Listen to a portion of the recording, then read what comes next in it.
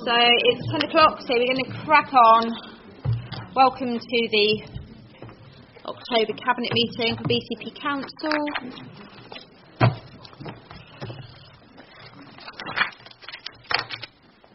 Before we get started, Sarah, do you want to do the housekeeping as far as fire escapes and things like that?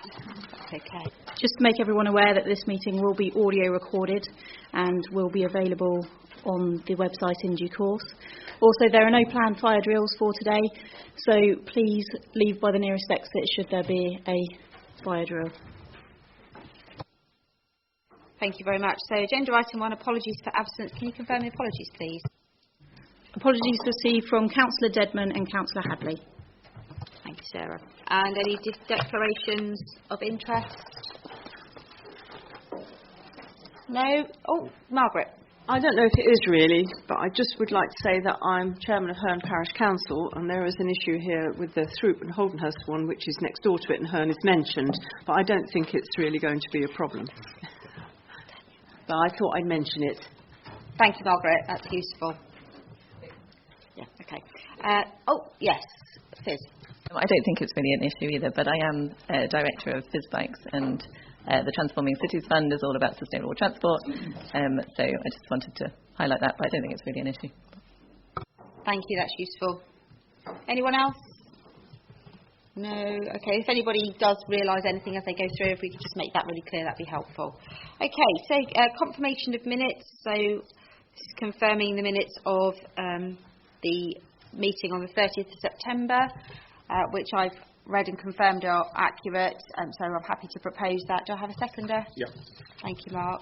So if we confirm those. Does anyone have any issues with those? No? Okay, so agenda item 4, public issues. So we have 2 questions. So if I could first of all call on Mr. Alan Daniels, if you're here. Thank you, Mr. Daniels. If you'd like to put your microphone on. Good morning, Alan Daniels, Poole resident. BCP Council's climate emergency statement pledges to make BCP Council and its operations carbon neutral by 2030 and to work with the wider community to look at how early the BCP region can be made carbon neutral ahead of the UK target of 2050. Notwithstanding encouragement for individuals to use alternative means of transport, surely it's time for the Council to admit that the hospital reconfiguration plans, bringing as they will over 200,000 additional car journeys across the area, do not sit alongside such necessary and ambitious environmental targets. Is the Council willing to prioritise the welfare of BCP residents and the climate emergency over the CCG plans, as it is apparent that both are not compatible? Thank you. Thank you, Mr. Daniels. Councillor Rice is going to respond to that question. Thank you for your question. The Council's Climate and Ecological Emergency Declaration commits us to work with partners, businesses and the wider community to investigate, make recommendations and set a target date for how early the Bournemouth, Christchurch and Poole region can be made carbon neutral ahead of the UK target of 2050. To help achieve this, joint working, the report asked Cabinet to consider the setting up of a leadership board consisting of major stakeholder organisations that will have a significant role in reducing the area's carbon emissions. If this is agreed, we would invite health partners, including hospitals, to take up membership on this board so that they can work with the Council and other partners towards achieving a carbon neutral region before 2050. This will allow full discussion of transport options and other matters for everyone in the whole region. Regarding the hospital transport, it is the CCG that is responsible for the hospital reconfigurations, not BCP Council. However, we have recently met with the Chief Executive and the Chief Operating Officers from the hospital to specifically discuss their travel plan for staff. Thank you, Councillor Rice. The second question we have is from Mrs. Susan Chapman. Would you like to come up? Thank you. Thank you. Good morning. I'm questioning the word none NONE, in number 30, Summary of Equality Implications of the BCP Public Report, Response to Climate Change Emergency. 30 years of global climate inaction will impose huge, so far hidden and disproportionate costs on both poorer members of society as well as subsequent generations. How would this societal and intergenerational inequity be addressed, please? Thank you. I'm going to call on Councillor Rice to respond to that one as well. Thanks. Thank you for your question. And it is useful to clarify this. Thank you for highlighting it. This report cannot directly address inequalities suffered by global communities across the preceding decades. The none in question refers to the potential negative impacts from the report recommendations identified in the protected characteristics of the Equality Act 2010. If the report is approved, then the actions that are taken as a consequence of the groups that are set up will indeed have a very significant impact. Thank you. Thank you. And we have two statements. So can I ask Joan Richards to come forward with her statement? Thank you. Good morning. I'm a resident of Bournemouth, Townsend, in fact. My statement is as follows. Climate change is the defining issue of our age, and life on Earth is facing unparalleled challenges on a variety of fronts which are not being shared with the public.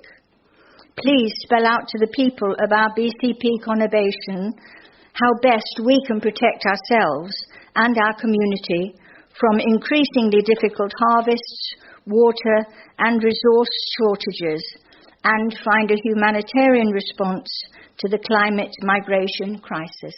Thank you. Thank you, Ms Richards. And the second statement is from Harriet Stewart-Jones. Is Harriet here? Thought I'd seen her. No? Okay, in Ms Stewart-Jones' absence, can I ask the Chief Executive to read the statement? Certainly. Thank you, Liz. There's a statement from Harriet Stewart-Jones. It's ironic that the phrase that comes to mind on reading the Council's response to the climate emergency is glacial pace. This report, which has taken 3 months to produce, has no hint of emergency. This is not the first time for business as usual. We had a carbon reduction officer in Poole for 8 years. The low-hanging fruit, solar panels on the Civic Centre car park and PHP housing, has been done. We now need to step up a gear or two with urgency, please. Thank you for that. The first issue on the agenda next is actually the response to the climate emergency. So just to clarify, when we have a statement that we don't answer the statements, but we obviously do take the information in the statements into account in the work that we're doing going forward. So if I could then pass to Councillor Rice, who is going to introduce this report. Councillor Rice, do we have a seconder? Who's seconding this one? Councillor Allison, thank you. So, Councillor Rice, over to you. Yeah, thank you. And thank you for the statements. Very much appreciated.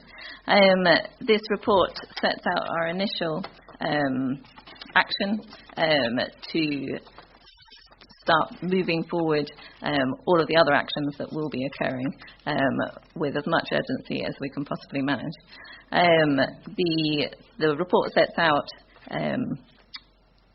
a couple of new members of staff, equivalent to 1.5 full-time staff, and it also sets out the governance structure and also how we are going to lead across the conurbation, linking in with all partners that are needed across the area.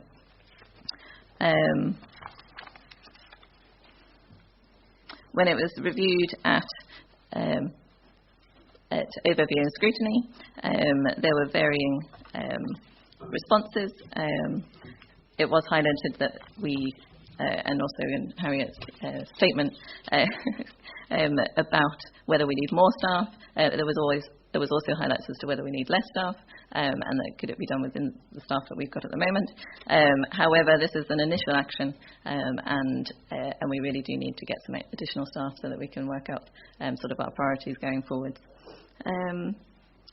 The overview and scrutiny did also wish for a deadline for community engagement and website set up, so that will be thought about and added into sort of ensured that that's added into our action plan in December. There was another additional request from ONS about the Green Credential Report. I'm sure Mohan Iyengar will be speaking about that. So if he wants to speak, and then we can discuss it afterwards. Thank you.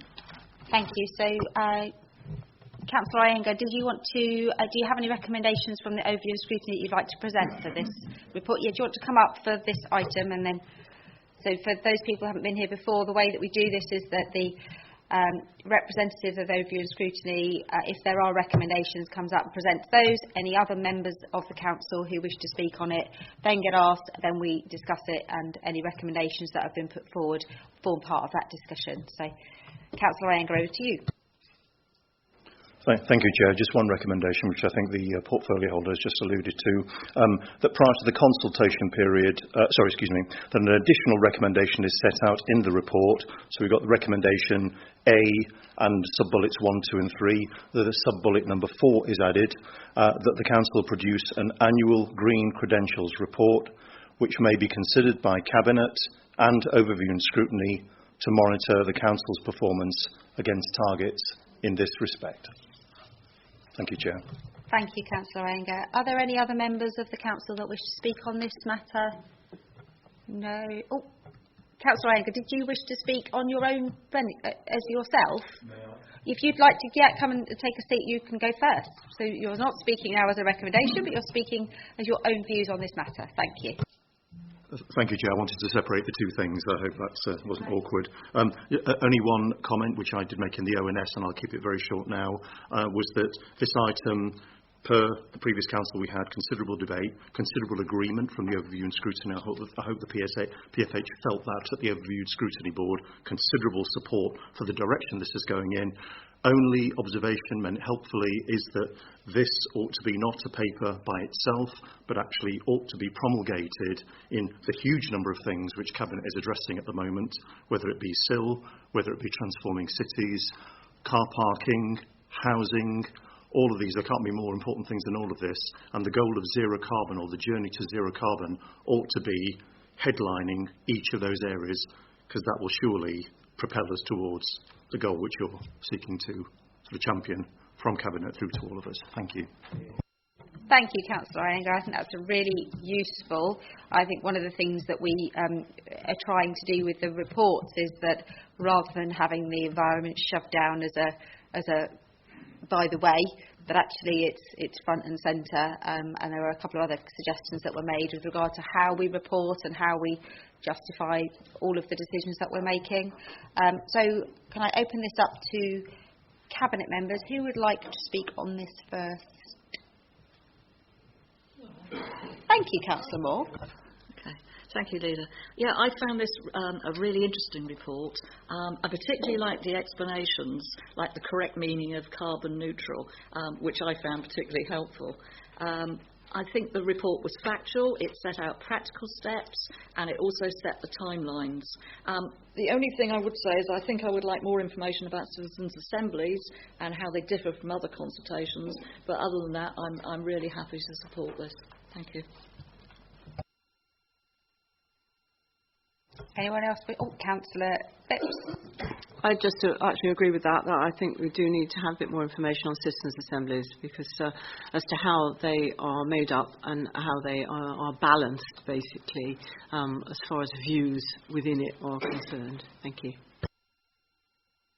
Okay, so then I'll go next. What I'm particularly pleased with is that we're within the next 4 or 5 weeks we should have a working party up and running, which is going to be cross-party. I think that's absolutely vital, because I think, you know, as Councillor Iyengar said, this is something we've all signed up to. We need to make sure we're all doing our bit. The only issue I had around the report was the governance and the membership of the Zero Carbon Place Leadership Board, which is the stakeholder board outside of the council. So I think it's important to make it clear that there are two strands to this. There's the 2030, what are we going to do, which has to be led by councillors and officers, and I think that's really clear about the balance between councillors and officers and what they have to do. The pre-2050 Climate Emergency Committee, and obviously the role of the Citizens Assembly and this leadership board, I'd appreciate a bit more clarity about who the stakeholders are, because there's a description of sector representatives. I wasn't really quite sure what that referred to, and I think that could be interpreted in many ways. So we need a bit more clarity about which sectors, because does that mean a car manufacturer, for example, or should it mean schools? Or so what's the role of young people in this? What's the role of community organisations?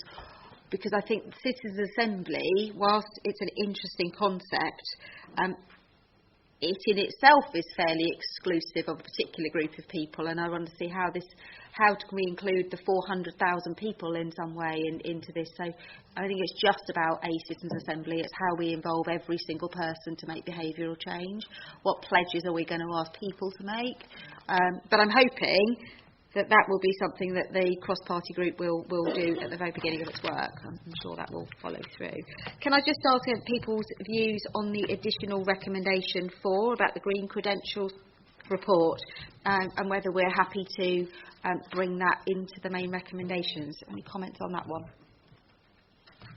Councillor Rice, can I get your views on that?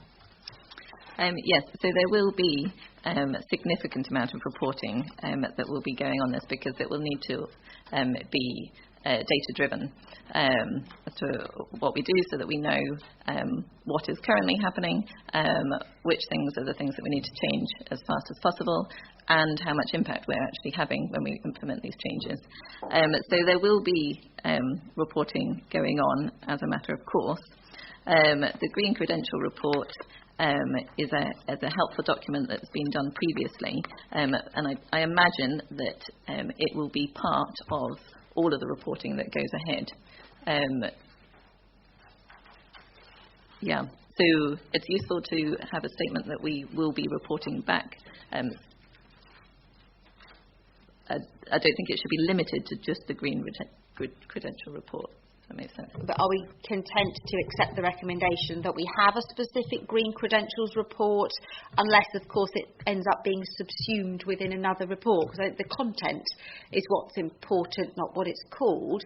But it might be worth starting with a reference to it, and then if it ends up being part of a wider report, then actually it's the spirit of that document, I think. Is that right, Councillor Iyengar? It's the stuff that's in that report is what matters. What it ends up being called is possibly less important. Do you want to come back on that? I'd love it if recommendations accepted. Yep. The form it takes, I think this is what you're saying, yep, can evolve over time. Yeah. So can we adopt that recommendation and say that we will include that? This will be refreshed over and over. It might be that it's not necessary to have it separately. So can I just ask all those in favour of adding that recommendation? Yeah, I think that's unanimous. So on that basis, Councillor Rice, is there anything you want to come back and clarify, or are you content that we go to the vote? Yes, just to clarify about the Citizens Assembly. So it has been highlighted, obviously Citizens Assemblies are quite new. We've never done one in this area before. And there are huge variances in what is asked of a Citizens Assembly across the world where they've been done before. And hence there is huge variation in cost as well. So we are already starting to, officers and myself are already starting to look at example ones, what the outcome has been, what type of outcome we'll be looking for. So there will be more work done on that, and we'll keep members informed so that they're all engaged with that process.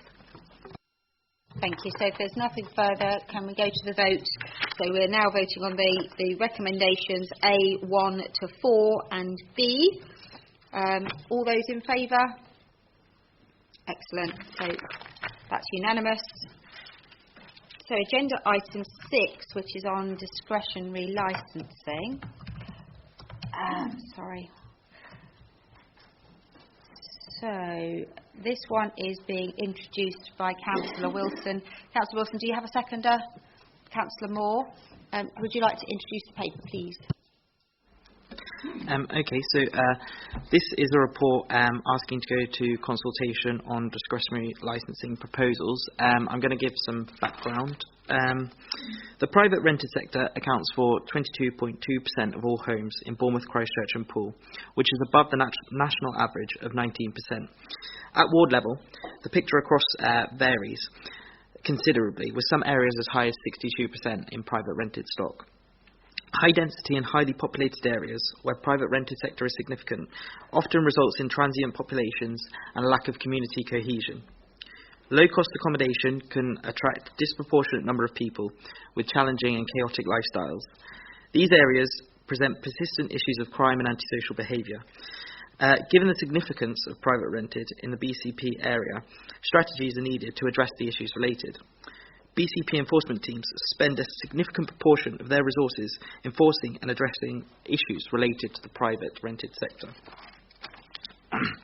These small-scale interventions and strategies have not had a significant enough impact. And I think that's really important to reiterate, that they really haven't had enough of an impact. While there's been some good successes, we need to be doing more. It is proposed that selective and additional licensing could provide a significant opportunity to resolve some of the housing, antisocial behaviour, crime and deprivation issues being experienced across these areas by improving the standards of management and bringing them in line with those of the best landlords operating in the private rented sector. Officers have conducted a detailed analysis and research about discretionary licensing in order to assess the potential benefits, including conducting visits to several areas where discretionary licensing has been implemented. And they have concluded, if implemented effectively, discretionary licensing can ensure that landlords are fit and proper people, good and fair management of tenancy relations. We can provide support for landlords to participate in regeneration and tackle antisocial behaviour effectively. That we can offer protection from vulnerable tenants, from worst housing conditions and bad landlords, a strategic knowledge and support of targeted inspections and actions, support for landlords to improve the worst properties by helping them to achieve a decent minimum standard of housing condition and management, and make sure the properties are maintained appropriately. There are a number of benefits to the neighbours, communities, tenants, landlords and to the council themselves, but I'm not going to go through them all right now. I'm going to try and keep this as brief as possible. So I'm going to move on to the evidence base that there is. So our evidence base for additional licensing, it considers additional licensing considers properties with three or more occupants, from two or more households, and we have such issues with antisocial behaviour and poor housing conditions prevalent within HMOs within the BCP area, and therefore further regulation of smaller HMOs can be justified. An analysis will be undertaken to assess the more defined numbers and relevant council tax data and data taken from the council housing complaint system, so we will know how many smaller HMOs will be in the area. Moving on to selective licensing. In the legislation, the Housing Act 2004, it lays out 6 criteria of why you can have a specific condition to meet selective licensing. Now, there's 6 criteria and you only have to meet 1. We've met 4 of those criteria. High proportions of private rented stock, significant and persistent problem caused by antisocial behaviour, high level of deprivation and high levels of crime. The proposal would draw on 12,500 properties into the selective licensing designated area, around 33% of the total private rented stock within BCP. A scheme of this size would require Secretary of State approval, and a consultation is a legal requirement and must be completed to ensure accuracy and to gauge public opinion. The consultation is due to last 12 weeks rather than the legislated 10 weeks because we want to get everybody's opinion. Prior to the launch of a public consultation, officers are also expected an updated evidence in relation to the indices of deprivation. And actually, we've had that evidence come out in the last couple of weeks, and it's actually it's showing very similar results to what we have used in this evidence base. Based on the evidence, established through the analysis described. The objectives of discretionary licensing schemes are to reduce antisocial behaviour within the private rented sector, contribute to crime reduction, address criminal behaviour, improve standards of condition and management in the private rented sector, tackle rogue landlords and therefore improving the good landlord's reputation, and to improve and support for local landlords. The consultation will cost £69,500 and will be committed from the community's service budget. A public consultation was undertaken by the previous Bournemouth Borough Council in 2017, which proposed a selective licensing designation. However, the results of this consultation could not be used in relation to the proposals as the nature of the type of discretionary licensing proposed, the area for designation, and therefore the evidence base has changed. In addition, the previous consultation is now historical as 2 years have passed. Should the Council decide not to proceed with any designation following the consultation, the results will be used to develop responses and strategies to tackle the issues presented in the evidence base. But if the Council do go ahead with designated licensing, the cost of the consultation will be recovered through licence fees if a scheme is designated. I think that's all from me for now. Thank you, Councillor Wilson. That's really helpful. Did we have any recommendations from ONS, Councillor Iyengar, on this one? Would you like to come up and present those recommendations? Thank you, Chair. I'll give the recommendation, just the words here, and then if I may just explain why briefly. So the recommendation from Overview Scrutiny Board is that prior to the consultation period associated with discretionary licensing, that further information on the success of targeted enforcement be considered by Cabinet to determine whether discretionary licensing is necessary. Okay. What's behind that, let me briefly explain.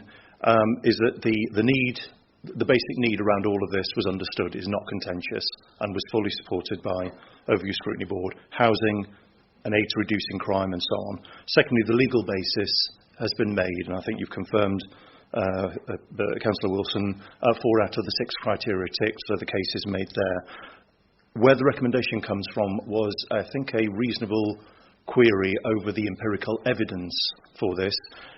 It's in the bracket of have all the potential unintended consequences at least been thought about, and there was a moderate concern, no more than that more could have been done to understand the successes nationally on this. This is not a new scheme nationally, but where some of the important sort of backward steps or concerns or errors have been made in other places, so that we are in a position to avoid them or quickly learn from them.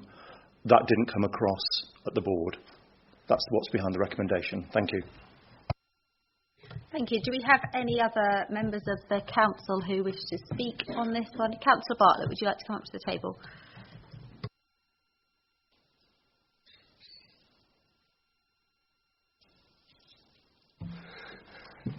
Good morning, Cabinet.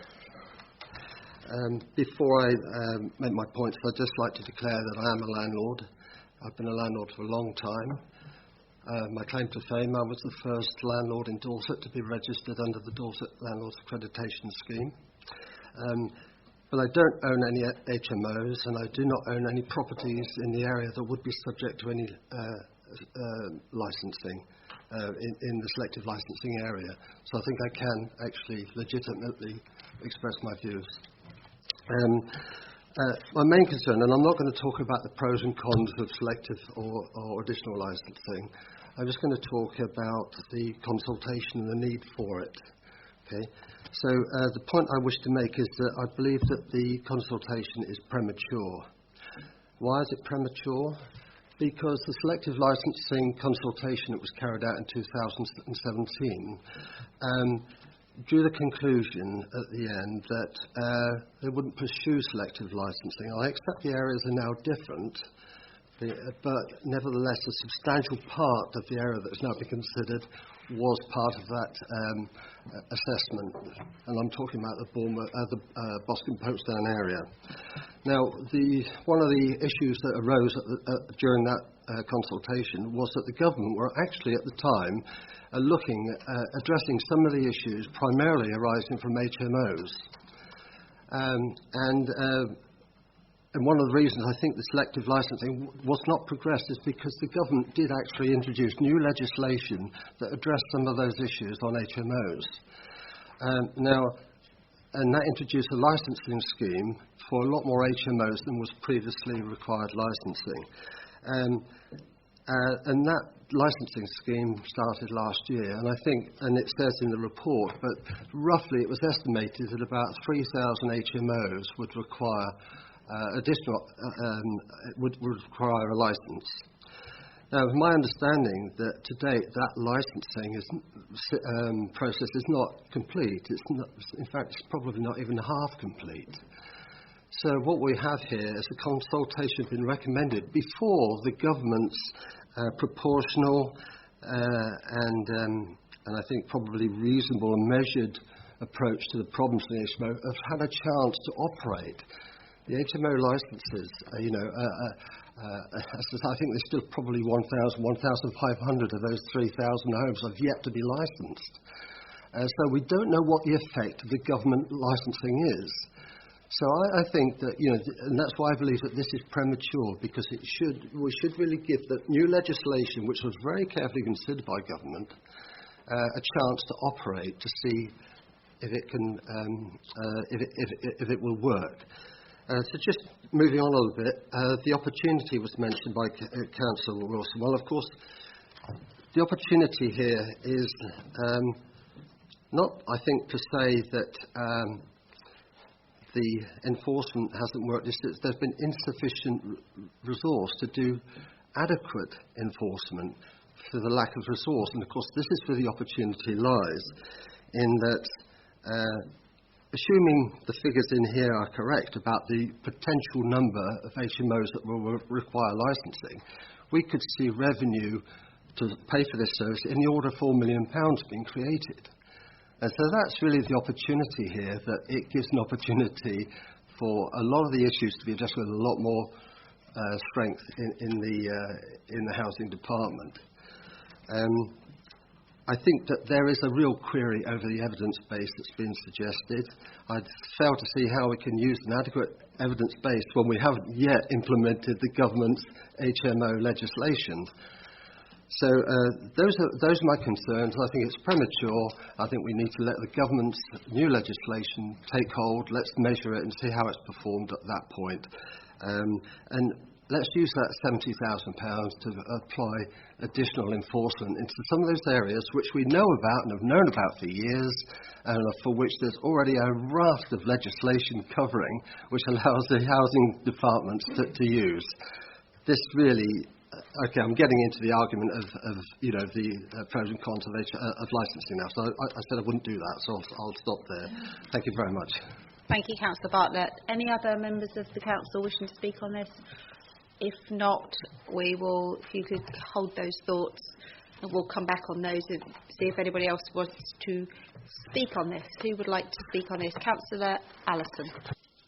Yeah, I'm happy to give my support to this report. I think it's a very exciting report, and it has a lot of potential to have a very, very positive impact on tenants and landlords alike.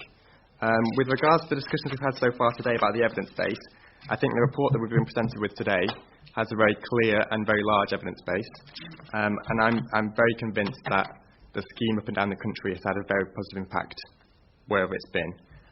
And the reports, the background papers in the document, this one here from the Ministry of Housing, Communities and Local Government, asks people who have similar schemes in other local authorities to assess its effectiveness from a personal point of view, and of that 92% of people who have current schemes, of council officers who have current schemes, found it to be effective. Thank you, Councillor Allison. Councillor Moore? Yeah, thank you, Leader. Yeah, I totally agree with my colleague here, and I think that there is in the report something about this is also controversial because there are some landlord organisations that are actually against the scheme.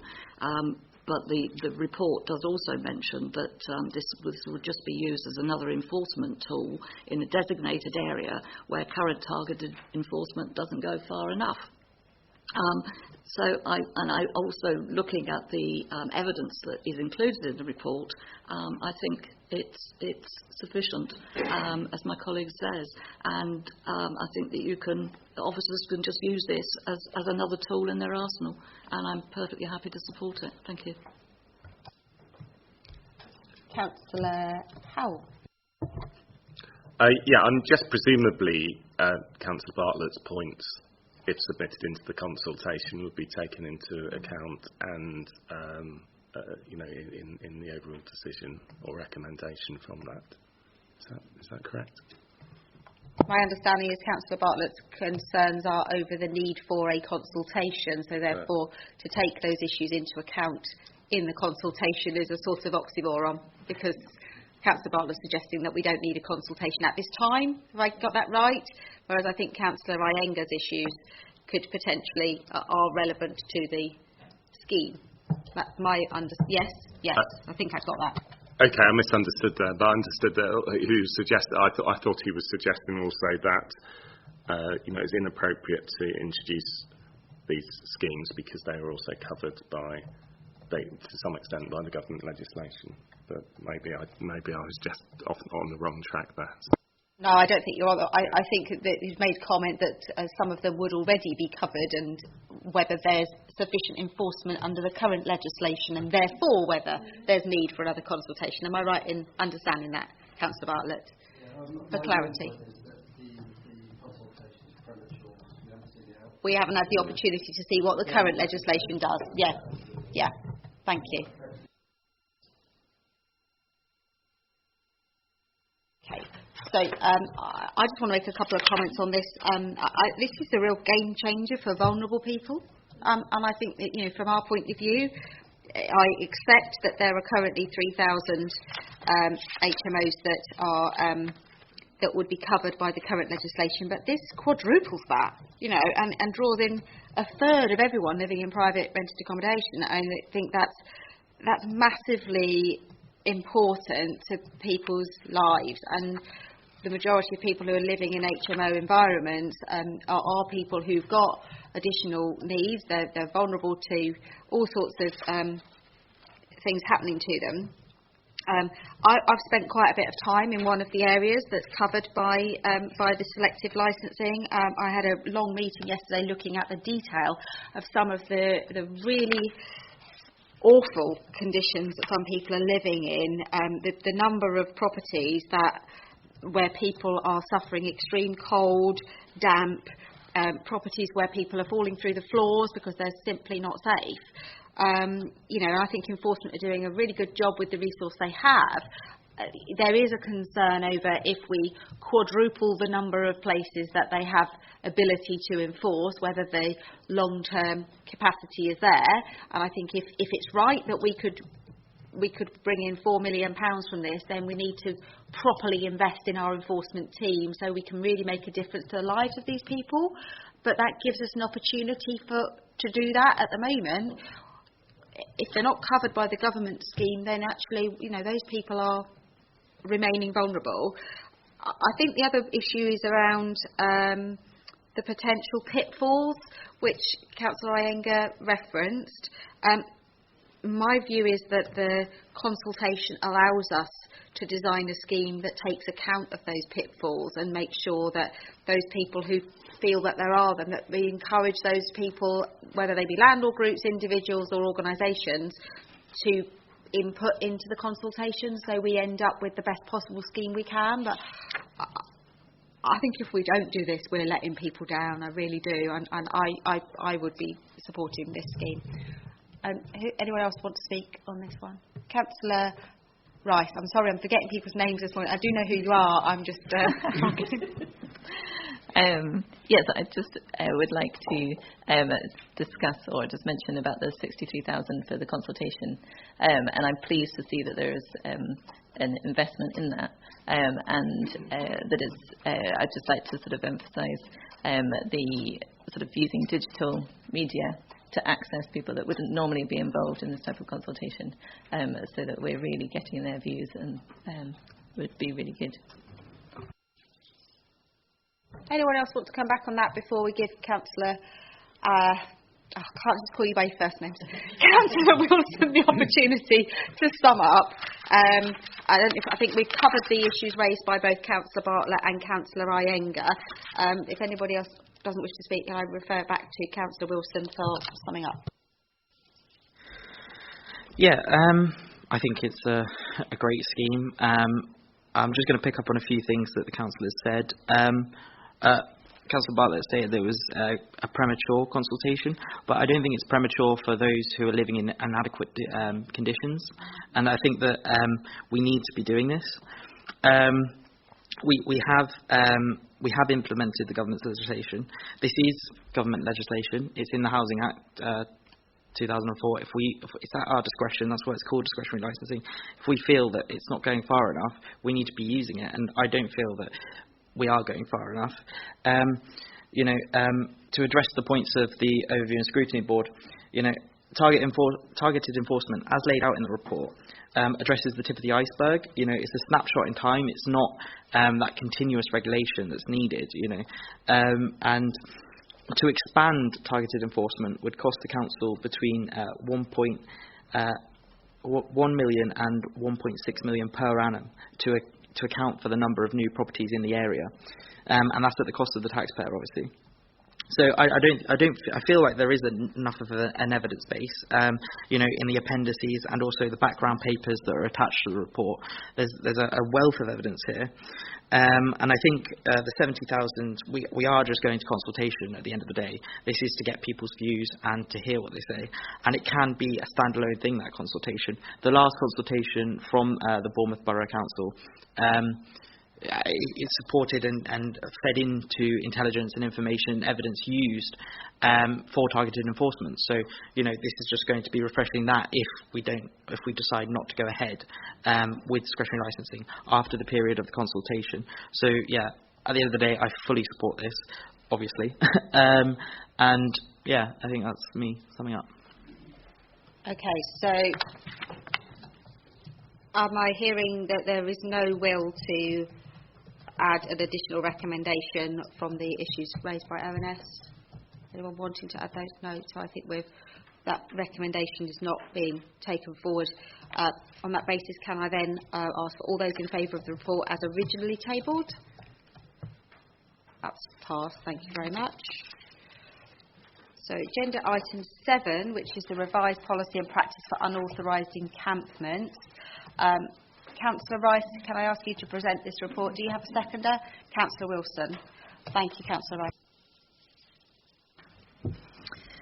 Yes, so this is to advise the Cabinet of the variance in policy and practice for unauthorised encampments across Bournemouth, Christchurch and Poole. So in the report you can see the various different ways that it's been managed in the past, and to recommend a way forward to develop a revised policy, which is to set up a cross-party member working group to take this forward. At the Overview and Scrutiny meeting, there was a mention in the report. It suggests that we could have up to 11 members in the cross-party working group, and there was a recommendation of 7, keeping that to 7, which actually does sound quite sensible. So I'm happy to suggest that it would be 7. And there was also, I'm sure Councillor Iyengar will explain as well, a need to expedite actions in view of so that we're prepared for summer 2020. But actually thinking about it, this is the reason why this has been brought to Cabinet so quickly anyway. I think that has already been demonstrated, but we can discuss that further. Thank you. Thank you, Councillor Rice. Councillor Iyengar, did you want to present a recommendation on this one? I know it's been referred to, but formally to recommend what you'd like to recommend. Thank you, Chair. Excuse me, let me get the right one. Excuse me. So, from the recommendation, what we're requesting formally from the OS Board is an insertion in the middle of the recommendation. So, it is recommended that Cabinet establish a cross-party member working group, as outlined in paragraph 27(2), and here's the additional bit, to expedite actions as a matter of urgency in anticipation of incursions for summer 2020, and then continuing as before. Then secondly, to consider the alignment of policies and procedures across the council area and report back to Cabinet. So it's the extra bit in the middle. If I may briefly explain the logic behind the recommendation. This is a known matter. Incursions, travel encampments.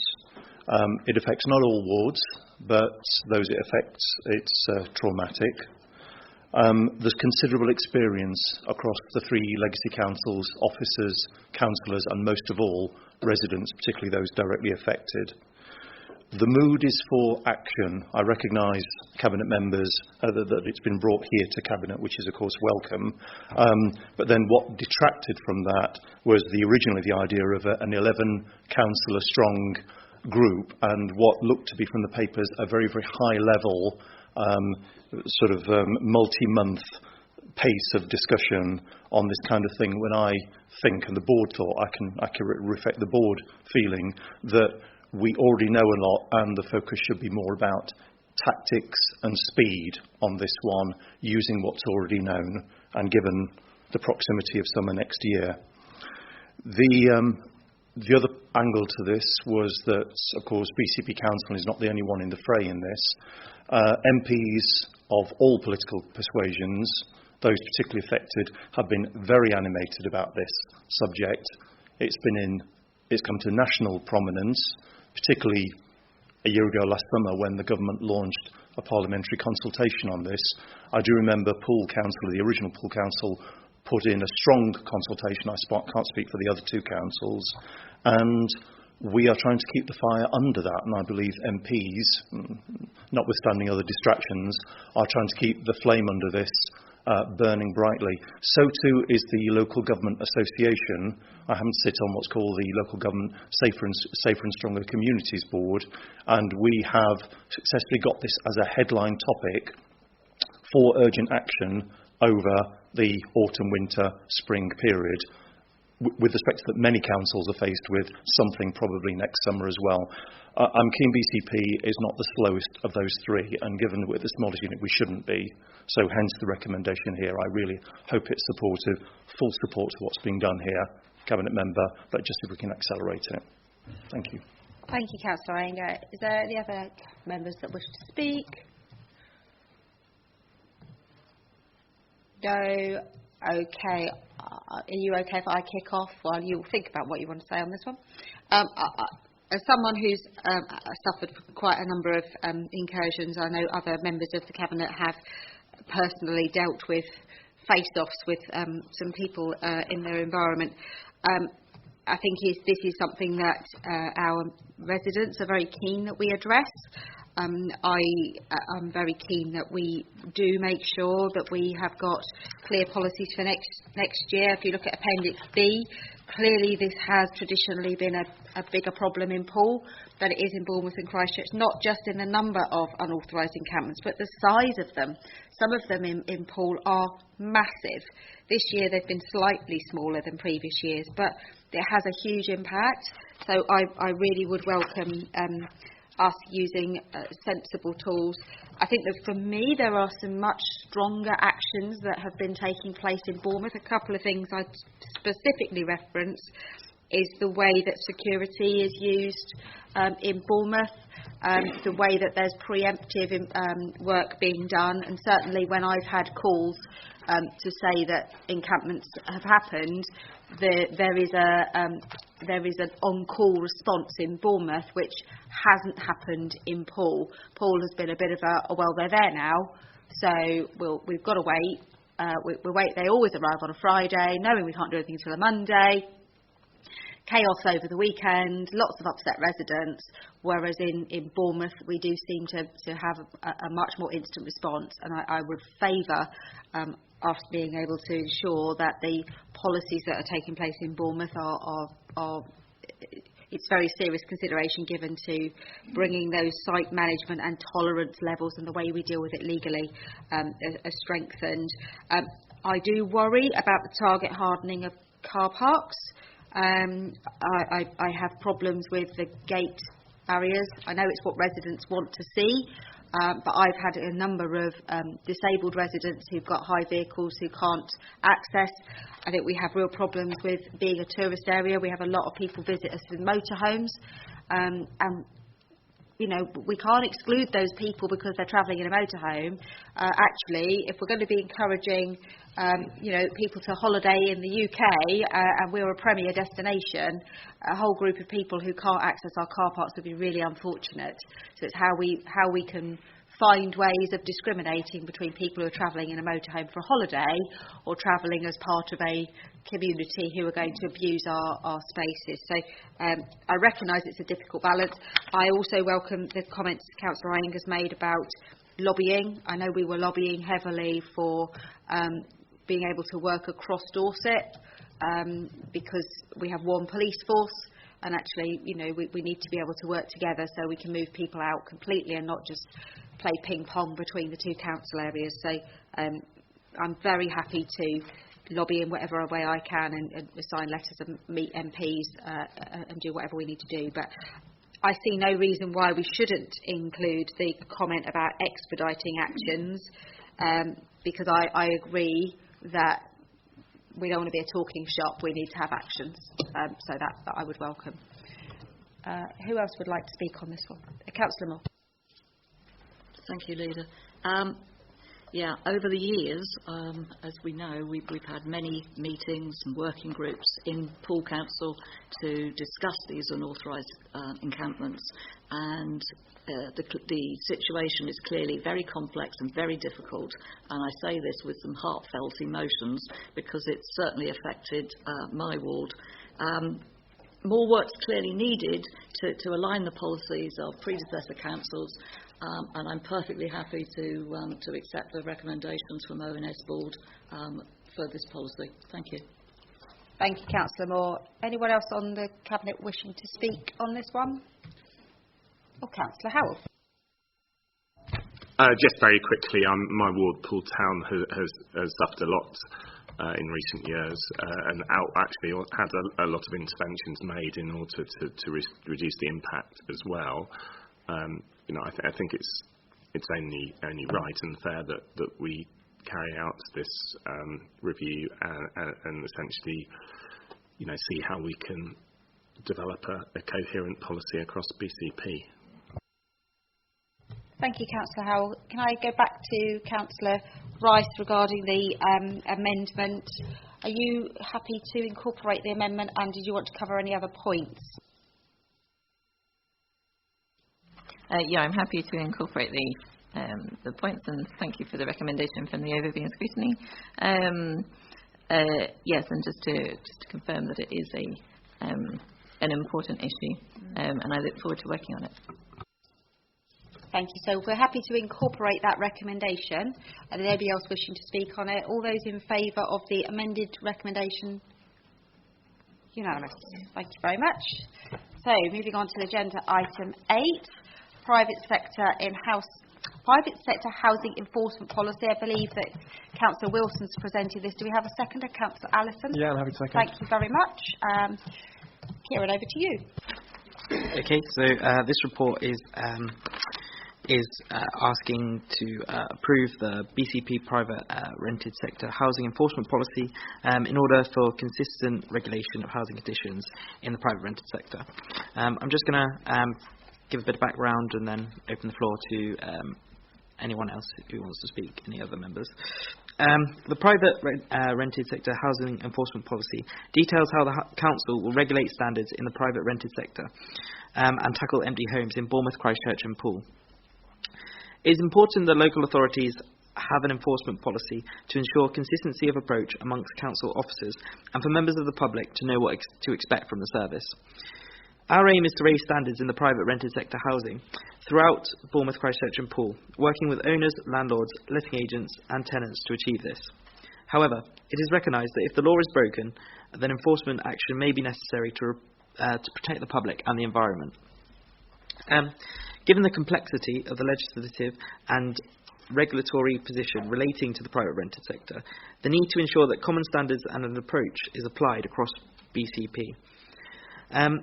It is proposed that this policy is further reviewed in 2 years to allow for the completion of a wider policy framework and its full consideration at that time.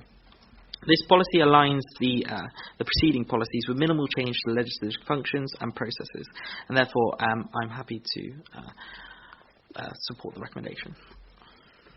Thank you, Councillor Wilson. Is there anything from...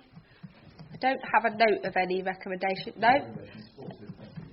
Any council members? Councillor Bartlett. Any other council members wishing to speak on it, so I'm aware? No? No? Okay, Councillor Bartlett, off you go. Thank you. I'll be very brief. The enforcement policy's title is Private Sector and Housing Enforcement Policy. Yet when you look at the objectives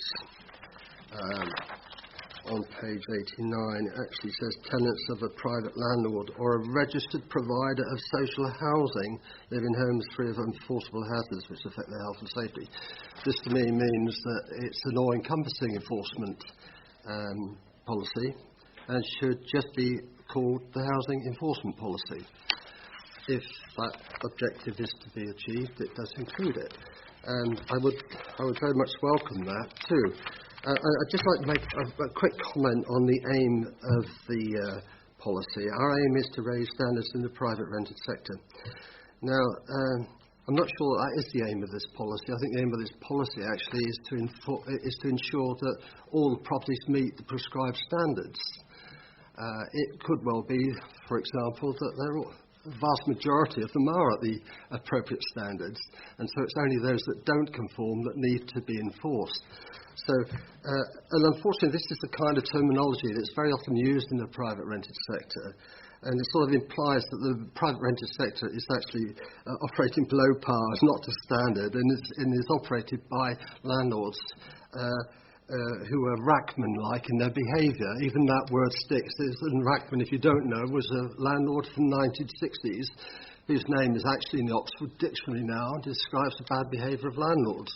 And it's still a terminology used today. And I just think this kind of statement sort of perpetuates that feeling, when actually the evidence in the private rented sector is the vast majority of tenants are content with their landlords and the standards are acceptable.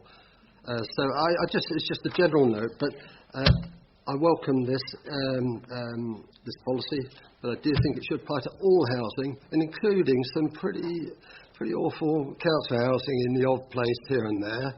So, thank you. Thank you, Councillor Bartlett. I have to say, I think there's some really good points there. I don't understand why it's a private sector housing enforcement policy. Also, I wonder whether actually it's to be a housing... the issues that I'm particularly keen to see in this is about raising energy efficiency standards, which I think is really important for the work we're doing on climate emergency. But there are two issues here about retaliating against tenants that complain, and also empty homes, and they aren't housing enforcement. They are about housing relationships, and actually us bringing empty homes back in, and the option of compulsory purchase doesn't really fit with the title housing enforcement. So I tend to agree that that's a bit it is a bit of a misnomer, and I also agree with Councillor Bartlett that it would be useful if we could recognise in section 1 of the report that the majority of our tenants are content, and that the majority of our landlords look after their tenants well, because it does. Although it starts by saying it's an enforcement policy, therefore it's about the negative behaviours, when you actually read through some of the things it seeks to do, I think the wording could be improved to be slightly more all-encompassing. And the only concern I've got is, if it does seek to do all of the things in section 6 that it claims to seek to do, are we confident, which includes the empty homes, energy efficiency, unlawful evictions, are we sure we've got enough resource to actually do all of the things, or are we over-promising and then at risk of people being unhappy with what we're saying we're going to do. I don't know whether that's something you can answer, Councillor Wilson. If anyone else wants to speak while you have a chance to think. Councillor Moore? I think this was a paper to propose harmonising the existing policies across across BCP. I can't speak for Christchurch. I have absolutely no idea what happened in the Christchurch area, but Bournemouth managed this service for Paul for several years, to my knowledge. And as a ward councillor for Cambert's Heath, I have used the service a few times to help tenants with landlords who didn't seem to want to carry out repairs or to carry out them quickly or effectively enough. And that service actually worked. And I've also used them to sort of start with the empty homes. I've got an empty home, 4-bedroom house, fantastic property. The landlord has disappeared and they're tracking him and trying to sort him out. I was actually going to, since I was sat at the scrutiny the other day, I thought I must check up to see where this has gone, but they did take it on for me. And I think actually it's a service that actually needs to be signposted for tenants, and I think it's a service that all councillors need to be aware of. I know it's on the website, but I think it actually needs to be proactively promoted. I think it works, and I was happy to support it. Thanks, Councillor Moore. Councillor Fitz. No, I just comment really on what Councillor Bartlett has said, because this perhaps should be housing enforcement policy. I just don't see why we've got private sector singled out there, and perhaps, yeah. So that was just my comment really. Councillor Wilson, do you want to come back?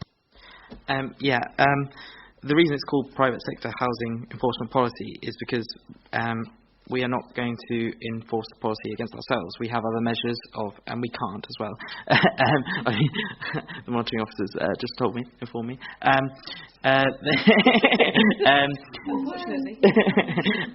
But we have other. We measure ourselves in other ways. We have other things around our standards. So. Yeah, so this is why it's the housing enforcement policy, and it is the aim to improve standards. Where Councillor Bartlett is right, there is a lot of good landlords out there. There are still a lot of bad ones, and we want to improve those standards. So it is an improving standards paper. Setting out in the empty homes and things like that. We do want to bring them back into use, but a lot of times we have to use enforcement to do that. So we have to show strength to do that when people don't want to bring them back into use. So I think it's a great report. It's just a very kind of bread and butter really. It's just aligning all the policies into place, and I'm happy to stick with it as is really. Thank you, Councillor Wilson. Anything further to add? No, I'm sure the officers in the room will have noted some of the wording improvements that we might like to see in future versions. So with all that, are we happy to accept the recommendations as they are? All those in favour? Okay, that's passed. So next one, I think is this you again, Councillor Wilson. BCP Housing Strategy and Approval to Consult, Agenda Item 9. Do you have a seconder? Councillor Moore. Okay, so this is the housing strategy and approval to consult. Councils are expected to have a housing strategy in place, and now that we are a new council across a larger area, there is a recognised need for us to have one housing strategy that reflects the needs and visions of the whole council area. The housing strategy is a key policy document for the council and its partners. The housing strategy is key to place shaping for an area. Housing, as we all know, impacts on multiple issues, including community safety, economic growth, vulnerable people, social care provision, and much, much more. And as such, effective consultation on developing a new housing strategy is key. Housing, as stated, is a crucial component of well-being. Good quality housing, which meets an individual's or family's needs and provides a sound platform to build a good quality life. Poor quality or inadequate housing often brings detrimental outcomes for people. At present, Bournemouth and Poole have refreshed housing strategies that will expire next year. Christchurch housing strategy has already expired. Housing strategies help local authorities provide context and background and evidence around local issues to look to set out priorities for funding and delivery, providing evidence of housing needs and demands, and setting out the Council's strategic approach, which will inform how services need to move forward in the future and help present opportunities to attract funding to support that work. The issues which will be addressed within the housing strategy are broad-ranging, from homelessness to new housing supply, from energy efficiency to the management of council homes, and from private rented sector standards to specialist care and support provision to enable independent living. The proposed layout will include a summary on the national context as key policy drivers. The draft for this is due to come in a year's time, so hopefully the national context will be a bit clearer by then. The strategy will look at specific policy areas considering priorities such as housing supply, homelessness prevention, specialist housing, older persons housing and private rented sector housing. I'm just going to quickly talk you through the consultation process. An issues and options discussion document will be compiled with input from our communications team to help encourage residents and agencies to engage in debates, and this will form the basis of a 12-week public consultation. We will set up a multidisciplinary steering group which will manage the preparation of the strategy, the consultation process, and help articulate the final strategy document. We will then run several targeted and interactive stakeholder consultation and engagement workshops. Discussion will also be tabled at various formal groups such as the Overview and Scrutiny Panel, Health and Wellbeing Board, Corporate Parenting Panel and Community Safety Partnership. So as you can see, we're trying to get everybody involved, all the different stakeholders. After the 12-week consultation period, we will produce a final housing strategy and return to Cabinet for consideration of its endorsement and adoption. Just because I'm aware that a number of members of the public probably don't have the papers in front of them, I'll just quickly run through the timetable as well, if that's okay. The following sets out a proposed timescale for the development of the housing strategy. So obviously, hopefully, it will be approved here at Cabinet to go to consultation. Between October and March next year, we will develop an issues and options document to encourage discussion and engagement. In March, we will then begin the public consultation period of 12 weeks. July will be the end of the consultation period, and then September, October time, we'll present a draft housing strategy for Cabinet's consideration. And yeah, I'm happy to open it up to members now. Thank you. I don't think we had any recommendations from the board. Did you wish to? Are you making a recommendation or speaking as a member of the council? Member of the council. Oh, thank you. Did you want to come and speak about your personal as a member? Please do. You go first, and Councillor Bartlett, if you can follow on. Very quickly, fully supportive of this. The important, informally, from the board members, informally, the importance of this fully understood, so reconfirmed on this. The challenge for BCP Council, fully acknowledged on this one as well. The recommendation, personally, okay, I'll speak for myself. I agree with the recommendations on this. Of course, like many other councillors, this is an enormous subject. It will roll forward. We will reserve the right to challenge appropriately on the tactics, the timing, and the implementations going forward on this. So we'd love to see more on that. Thank you. Councillor Bartlett, would you like to come and have a chat?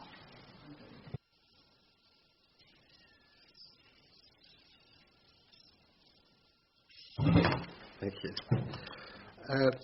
Yeah, fully supportive of the need to look at the strategy, but of course, each of our council areas had a strategy, so this isn't sort of reinventing the wheel here. I think we know what the problems are. The issue I've got is that, we're talking about climate emergency. Actually, there's been a housing emergency for years, and it's not been addressed.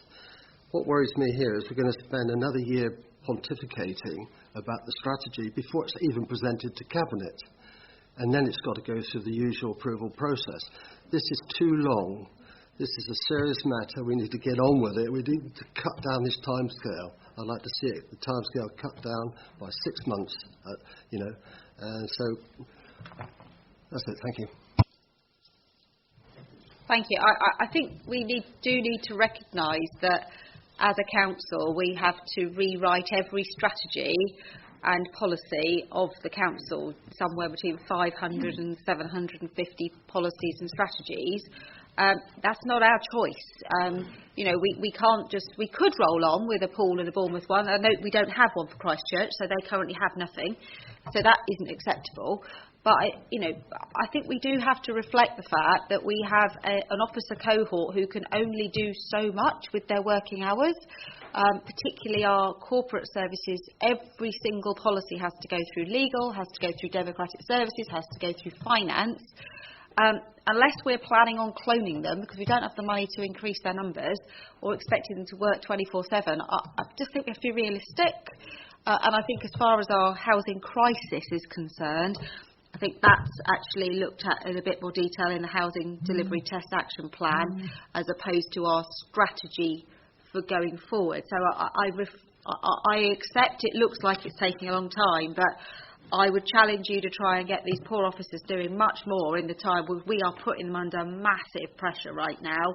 I'm feeling that on a daily basis. So I'd love to see it all come through quicker, but I don't know how we can ask the officers to do that.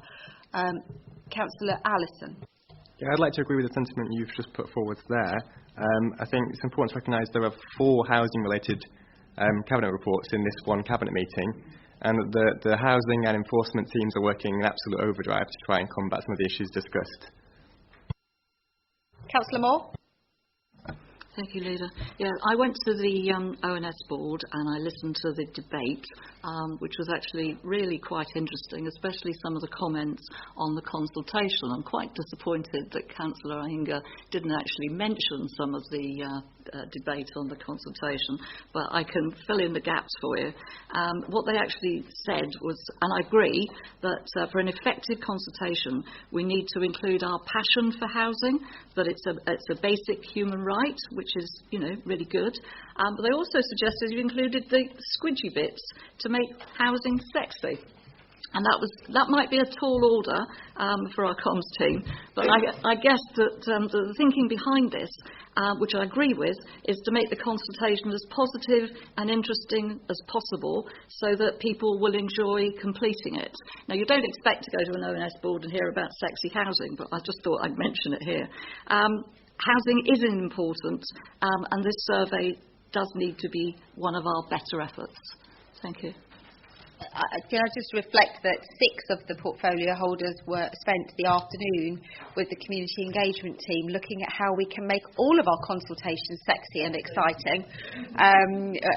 Everything from a purple sofa to a spotty bus.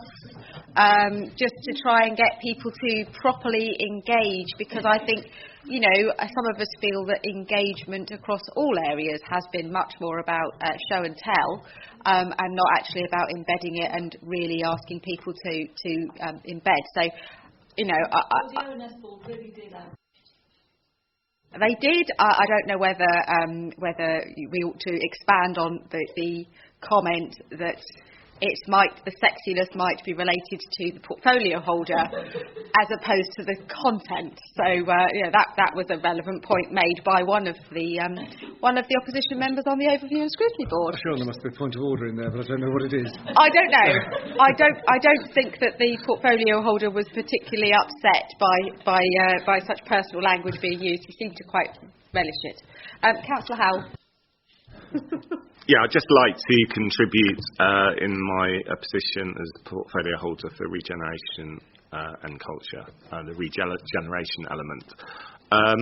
We're looking at a number of sites with a view to including some affordable and social housing. It's very early stages at the moment, so I'm not actually that concerned about rushing through a policy on this subject. I think it needs to go hand in hand with looking at what possibilities there are in terms of delivering affordable and social housing. And as I say, we are in very early stages of looking at that. Thank you.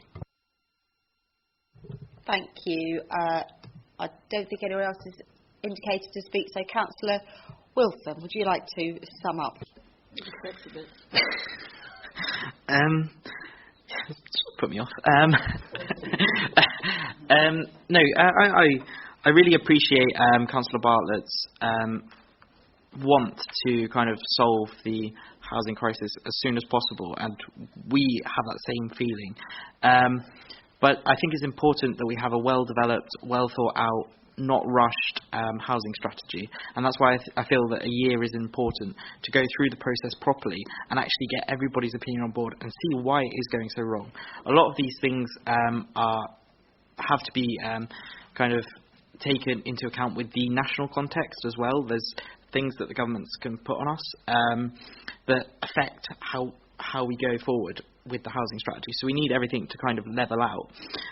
But I think it's also important to emphasise that during that period, as we develop a new housing strategy, we're not sitting on our hands. There are actions that we are taking in housing to try and get people into good, affordable accommodation, good quality. We're trying to raise the standards. We're trying to do all these things for people, and we're not sitting on our hands during that year. But I do feel it's important to get a thorough, well-thought-out strategy. That's why I'm happy for it to be a year, and happy to have a considered document that I fully support and will get behind.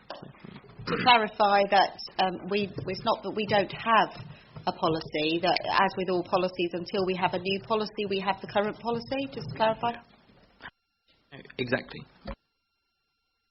So if that's nobody got anything further to add, all those in favour of adopting the recommendation as set out on the paper, thank you, that's unanimous. Brings us on to your final report from this, Councillor Wilson, which is the Housing Delivery Test Action Plan. Do you have a seconder for this one, Councillor Phipps? We do. Could I just say that, yes, sorry, when we Phipps. went to ONS, we kind of did a double up. If I could add to what the presentation a little bit when Councillor Wilson has spoken, would that be all right? It was kind of, we did it in two parts. That's absolutely fine. So if Councillor Wilson would like to introduce it, Councillor Phipps then add to it, and then we'll go outside the Cabinet at that point. Thank you very much for clarifying that. Okay, so I'm going to introduce the Housing Delivery Test Action Plan. In February 2017, the white paper, Fixing Our Broken Housing Market, was published. It set out the government's plans to increase housing supply. They wanted at least 300,000 new homes annually for the foreseeable future. As we all know, housing demand is very high and housing costs are equally high. Work has already been underway across the legacy councils to assist in enabling the housing supply of additional homes. But this report sets out a move towards a step change in enabling additional housing supply to help meet our housing demands. And this sets out a structured plan for a single consolidated BCP approach. To ensure local authorities and wider interests are held accountable for their role in ensuring new homes are delivered in their area, the white paper introduced a new housing delivery test. Designed to show whether the number of houses built in the local authority area is below target. Effectively speaking, the housing delivery test is Whitehall's assessment of whether councils and other planning authorities are overseeing enough homes for the area, and the percentage of homes delivered against the number required over the past 3-year period, with a 95% being a pass rate. The first housing delivery test results were published in February this year.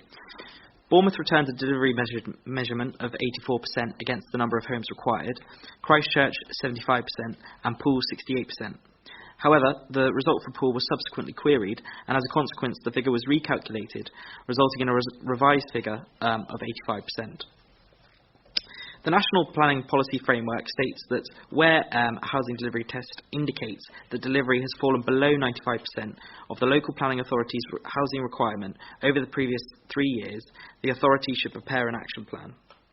The decision was taken to produce a single housing delivery test action plan for the newly formed BCP Council area, as it was considered that many of the issues relating to housing delivery and the actions identified to ensure housing needs are met on an ongoing basis would be common in all 3 areas. The action plan sets out a series of actions that are designed to address under housing delivery of the longer term. The action plan will be monitored by our steering group, jointly led by Growth and Infrastructure and Housing, including input from the portfolio holders, in this case myself and Councillor Phipps. It is envisaged that an update will progress and will be reported on to Cabinet on an annual basis. Within the housing service unit, staffing resources will be increased to help ensure targeted focus on driving forward this important housing supply delivery programme. Publishing an action plan with a 3-year time frame will also ensure that the Council can continue to meet the national policy framework requirements to publish an action plan in future years, where delivery continues to below 95%. It is likely that the Council's housing delivery test result will again fall below when the results are published next month. The action plan will evolve over time as the strategy for increasing housing supply is developed with an oversight from the steering group. And a communication strategy will be developed with multiple audiences to ensure there is high-profile communications around this work programme to help encourage a shared vision and ultimately a step change in delivery. I'll just pass over to Councillor Phipps now. Thank you. Councillor Phipps, you carry on. Thanks. I'll just add a little bit. As we said, this document is required as we've fallen below the 95% in delivery of housing over the last 3 years, and that's set out in paragraph 6. But with new government methodology, those targets for our housing have now increased, and the numbers are very challenging. I'd just like to tell you that between 2016 and 2019, Bournemouth, Christchurch and Poole jointly approved planning permissions for 10,425 homes. However, only 3,705 were actually delivered. So if those 6,720 houses given permission had actually been built, we wouldn't be here with this report today. So sometimes delivery of housing can be out of our hands. An example is Rowshot Hill in Christchurch, outline consent given for 800 to 900 homes, but negotiations have been ongoing between landowner, developer, backwards and forwards. Nothing's happened, and so this permission hasn't gone any further. That's the sort of thing that happens to us, and it's not necessarily our fault. But the purpose of this document is to be proactive and positive moving forward and try to resolve the issues. And we'll be looking at 5 strategic themes or issues. The BCP housing land supply, the infrastructure, viability, economic factors and commercial market communications to try and to address these housing delivery issues. And just before I finish, I need to point out, I think, 2 small errors in the report. There was on page 181 at 4.12, it mentions Christchurch Town Council to do with allotments. It's actually Highcliffe and Warkford Parish Council. And on page 165 at 2.4, there's a housing figure mentioned of 2722, and it's actually 730. They are only minor errors, but I just wanted to point them out to you. Thank you. Thank you very much. I don't believe we had any recommendations from ONS on this one, but Councillor Iyer would like to speak on his own behalf. We'll be encouraged to say a little bit more about the board discussion, but very, very brief. There is no formal recommendation. The recommendation is supported in the original cabinet paper. Second thing, it doesn't need saying again the importance of this taken as read. The OS board did consider, in a sense, items 8, 9 and 10 sort of in the round. They were discussed separately, but of course there's a commonality through all of them. I think Councillor Phipps will recall there was some discussion during the board about the action plan, particularly not highlighting on things in a similar way to the travellers. Just bear with me. Was there enough short, sharp things using what we already know and landlords we already know, particularly in certain wards where we know the problems, we know the key players. But it was felt on balance that wasn't enough to merit a separate recommendation in this report, so the recommendation stays. I see that the challenge, therefore, similar to my last speech, is the right-hand column there is, at this stage, of course, blank in most of the spaces, so do expect something like this for us to be on the case with a good amount of considerable constructive challenge, depending on how well this action plan is followed through on. Thank you. Thank you, Councillor Iyer. Councillor Bartlett. Any other members wishing to speak on this one?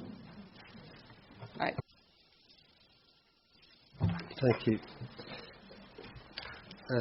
Firstly, can I congratulate the author of this report, which is absolutely first-class report, and they should be commended for it. It really puts the problems we face in some perspective.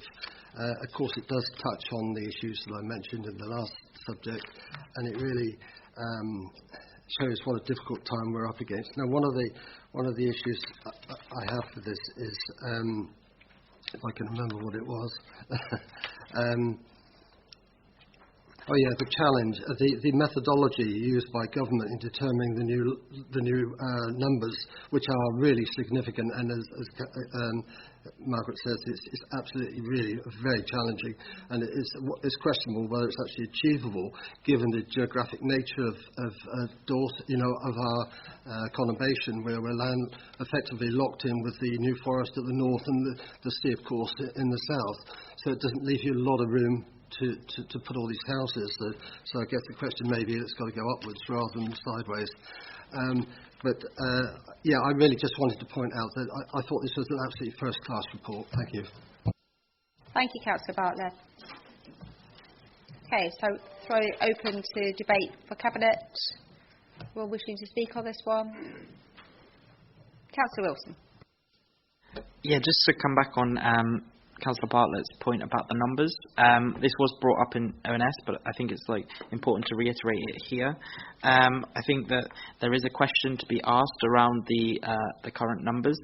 Something I spoke about at ONS was that England as a country has built thousands of homes over what is required by this test, yet we still have an unsolved housing crisis, and the assessment of the assessment of the homes required formula is derived from a complex mix of figures, including but not always based on the local plan.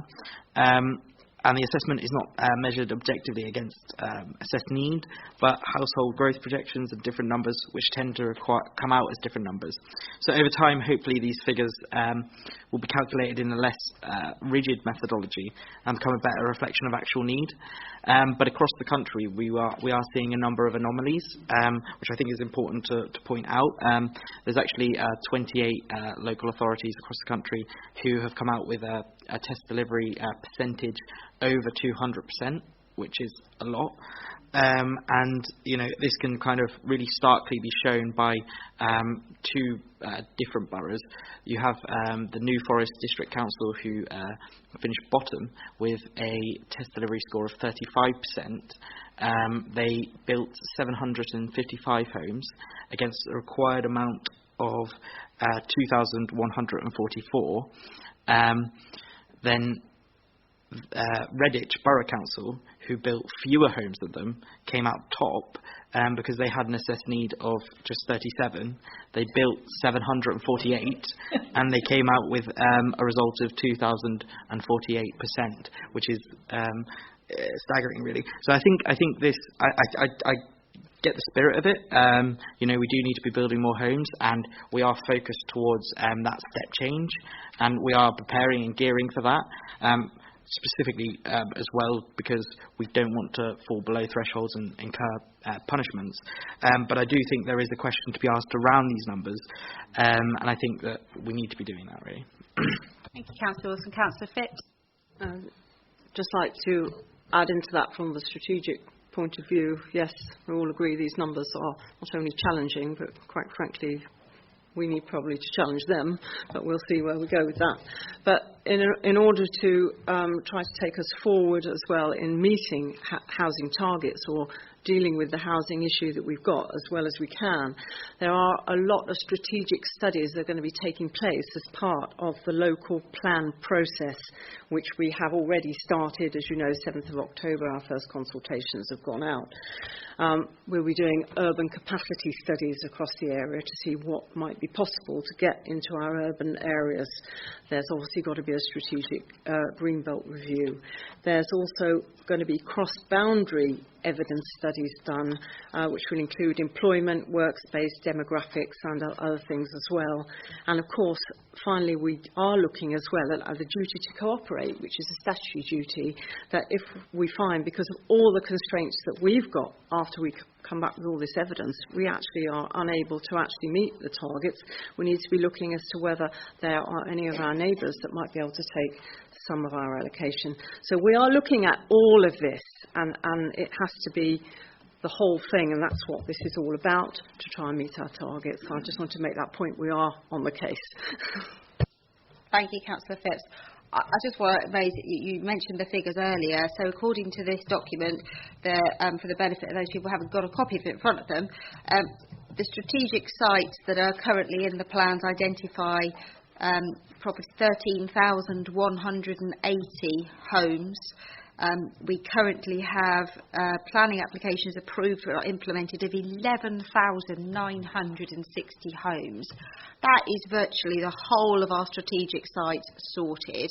And what I find really distressing is that we are being forced to use areas such as our green belt, which is precious for the communities that use them and for the environment, because of the failure to find ways to bring these, these developers to bear.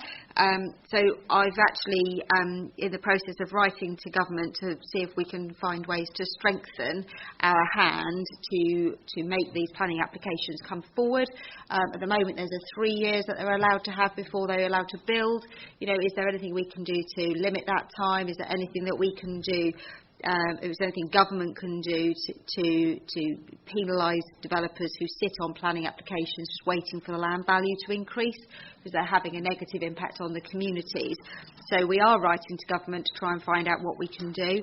However, I do know, having spoken to other council leaders, that in some places they don't have any outstanding developments, and so I'm trying to find out from them what tools are they using that perhaps we could use differently to force the hand, and we'll do what we can to address those. But I think it's also worth really promoting the fact that we are in a unique environmental situation. The sea, the harbour, the heathlands, virtually every property within BCP Council is within 5 kilometres of SSSI protected land, which means every single dwelling has got to have some mitigation. That then means some of the land that might otherwise have been used for housing can't be used for housing because it has to be used for that mitigation. And that is got to be a fairly unique situation, and I'll be making sure that that point is strengthened so that that's taken into account in our housing allocation. And as Councillor Phipps has said, how we work with our neighbours on the duty to cooperate. Obviously our immediate neighbours, Dorset and the New Forest, both have their own environmental issues with their areas of outstanding natural beauty and the SSSI of the New Forest. But we need to try and find a way of getting the government to listen to that. So I welcome the work on this, but I think we really need to strengthen our specific reasons for difficulty. Councillor Brown. Thank you, Leader. Just a brief comment, and I agree. It's a very good report. I agree with comments of colleagues about the numbers that we've been set to build, which causes issues like pressure on greenbelt development and releasing greenbelt for future development. And I agree where it talks in the report, to an extent we are at the mercy of landowners and developers as to what does actually get built. The issue I always have with this is the way government do it, and they just set these numbers that we have to deliver a number of housing units. And are those number of units going to actually meet the housing need that we have in the local area? Too many, in my view, are often approved and then developed, and they may become second homes or holiday homes. And we get to the end of the period and we think, oh, we've still got a housing problem, that we're not housing local families in appropriate homes because we've ticked the units box, but they're not the units that our local residents need.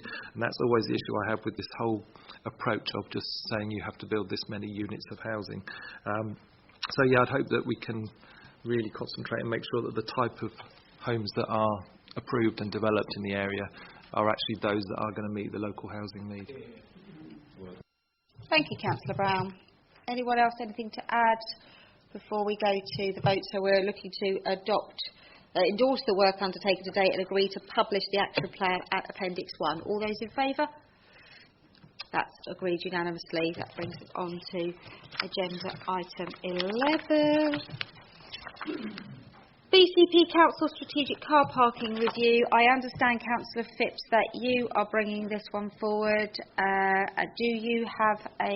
Oh, I'll second this one. Yeah, okay. I'm actually here. The portfolio holder is actually Councillor Hadley, who's not here, so I'm doing this one really on behalf of him. I do think it's quite straightforward, actually. Previously, parking across BCP, the now BCP area, was managed by 4 councils: Bournemouth, Christchurch, Poole and Dorset. So a review is needed to form a new single strategy on pricing and enforcement on public roads and in car parks. This should be closely linked to BCP Council planning parking policy and feed into the local plan.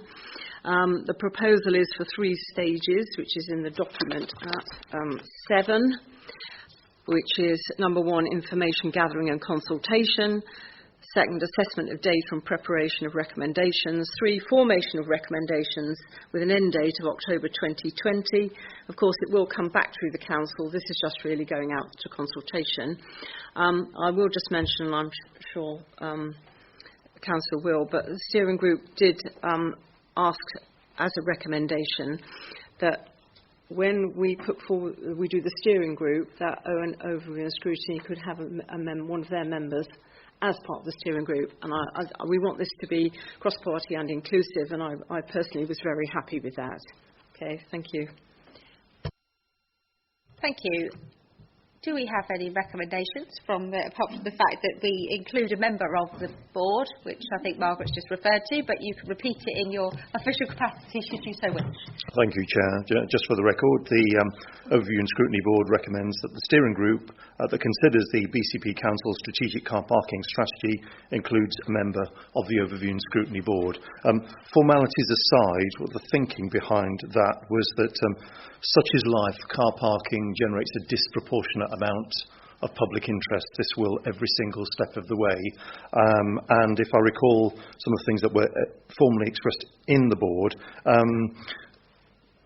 this is meant to be helpful, genuinely a really helpful suggestion, not to interrupt, not to be disruptive, but to recognise that this kind of thing from the off will be spoken about, whether it be social media, in the pubs, the bars, everywhere this will be spoken about, and it will help to have, I stress, constructive but regular challenge throughout the review process on this, rather than, let me paint the bleak picture, there's sort of a lesser role of scrutiny in it, it comes to the end, and that we have sort of an unnecessary drama at the end of it all, which, for everyone's sake, please let's try and avoid.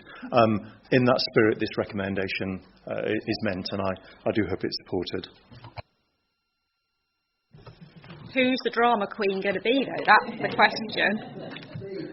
Oh, Councillor Bartlett. I note we do have other members in the room. If any of them wish to speak and interrupt your flow, then I'm sure that would be very welcome. Thank you, Chair. Just a very quick one. I didn't see anything in here about electric charging points for the car parks. Could that please be included as part of the study, the numbers and the types and locations of electric charging points? Thank you. I absolutely endorse that. I think there was also a comment about including the portfolio holder for the environment and climate change on the steering group, so that we can make sure that it's that we're addressing the climate emergency at the same time. Councillor Iyengar, did you have something to?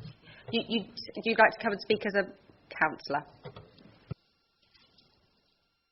Thank you, Chair. A view which I expressed within the board, but this is just my own view, I stress, is first of all, in the reasons for right at the start of the report, the reasons for it, great example of where the sort of the transcending climate change objective, I mean, it ought to be in there, it ought to be in similar papers. So, enough said, I'm repeating that point.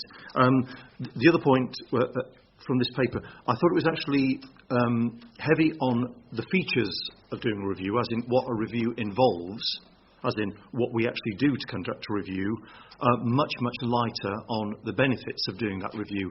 And I think the general point that comes out from that is, I think the PFH Cabinet kind of need to show the whites of their eyes more on this one, even right at the start, which is fundamentally, is there an orientation? Is there a sort of a drive behind this, which will help the discussion become a little bit more focused, not to sort of send it on a narrow track, but I think genuinely for recipients to make it more meaningful, so that people can sort of have in their minds, oh yeah, why is the council doing this?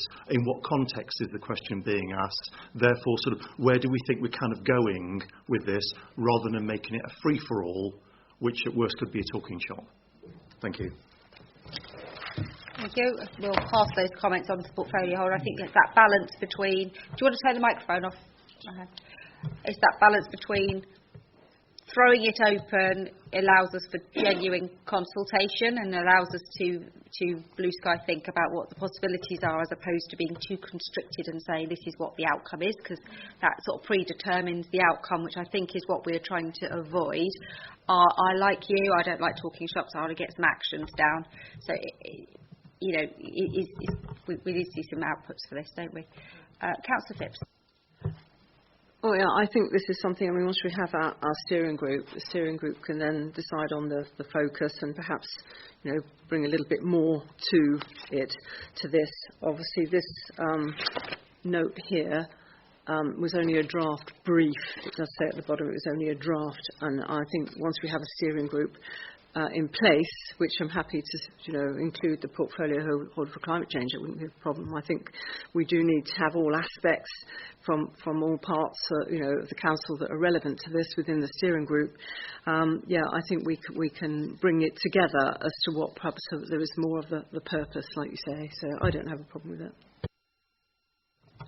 Anyone else wishing to speak on this one? Councillor Rice. Yes, so that would be great if Cabinet Member for Environment and Climate Change could be included in the recommendation. A recent speech I attended last week demonstrated that lots of councils have been doing really good work in terms of climate change actions in all areas, apart from transportation. And it's one of the most difficult areas to tackle, but it also means that not much work has been done on it, and actually if we start to make changes, then we'll make big changes. And so there's huge opportunity to be able to impact going forward in terms of how aspirational we want to be with tackling climate change and all the benefit that comes from that in terms of moving towards sustainable transport, such as clean air, healthier people, happier people, and social inclusion. Thank you. Councillor Howell. Yeah, speaking from a regeneration perspective, I think this is one of the most important pieces of work that this council will do over the next couple of years. Regeneration is a very difficult. Building new accommodation, new residences for people, very, very difficult in the context of town centres. Some developers want more car parking, others want less. We in a situation from an economic development point of view where the conurbation is clogging up in various parts for substantial parts of the day. All these issues need to be looked at in terms of how we make this conurbation allow it to function in the long term, and I think this policy is key to making that happen. Thank you. Thank you. Anyone else wishing to speak on this, or are we happy to start the ball rolling on this review? So if everyone is content, all those in favour for the recommendations on page 201. My apologies. So yes, member of the ONS. So we're adopting that we include a member of the ONS board and the portfolio holder for environment and climate change. With those inclusions, all those in favour? That's unanimous. Brings us on to agenda item 12, which is Transforming Cities Fund, which I will be introducing. Do I have a seconder? Thank you, Councillor Rice. Just briefly, it says on the top, this is a confidential report. It's not a confidential report. We're not in confidential, so that was an error which was confirmed by officers last week. Just so, in introducing this report, I just want to give a little bit of a flavour of where we've gone with this, because it has managed to get into the press this week, which sort of is slightly inaccurate. That last year, there was the Transforming Cities Fund was opened up for 10 cities to be able to bid for significant amounts of money, up to £150 million, for infrastructure that would create modal shifts, so moving across the public transport, walking and cycling, that would really transform the way that cities are able to function. At the time, our bid, in order to be included, we had to have a workday population of 400,000, which we didn't meet. So therefore, we worked with Dorset to include a wider area. Basically looked at the area of people who are travelling into work in the BCP area. So looking at the map, it goes down to Wareham, up to Wimborne, Verwood, Ferndown, and sort of back down again, which made us eligible to apply. We weren't successful in being considered in that first 10. The government then announced that they would be increasing that to 12, and with the support of local MPs, we were able to get included into that 12. And we need to pay tribute to the cabinet members from the preceding councils for the work they did in getting us included into that opportunity. The draft bid went in June, and most of us had some input into making sure that was as full as it could be. And during that process, we were asked for what we would do if we were successful at 3 different levels, ranging from about 75,000 up to £150,000. Sorry, 175 million. Thank you for that. To £150 million, which included local contributions, so our own contributions and developer contributions, and we submitted a series of options. Following that, some conversations were had, some feedback on our bid came back, and the government were very clear that some elements of those bids were not what the government wanted to fund, and over the summer meetings were held which established that the fund was oversubscribed by hundreds of millions of pounds, and that the bidders had been asked to scale back their requests, which we did. Myself and the Chief Exec have spoken to local MPs about how they can support our bid and move things forward and make sure that we get the most from this.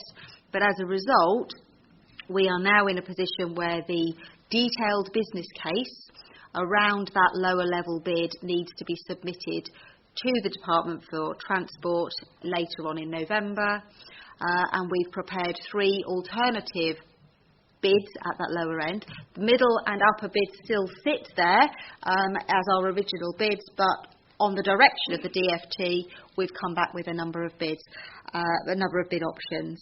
So they are detailed in the report. There are some significant corridors that are detailed in that we're looking to put some really good infrastructure around sustainable transport. Some of the corridors which are referenced in the original bid have been subject to funding outside of the Transforming Cities Fund.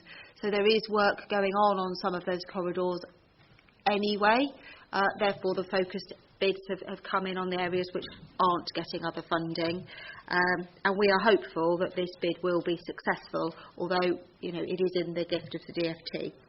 So the report is actually asking us to note the progress and to delegate the authority to work up that business case to the Director of Growth and Infrastructure and the Director of Finance in consultation with the portfolio holder, so that we can submit that bid by the deadline without it needing to come back to Cabinet, because they're the people working on the ground with it.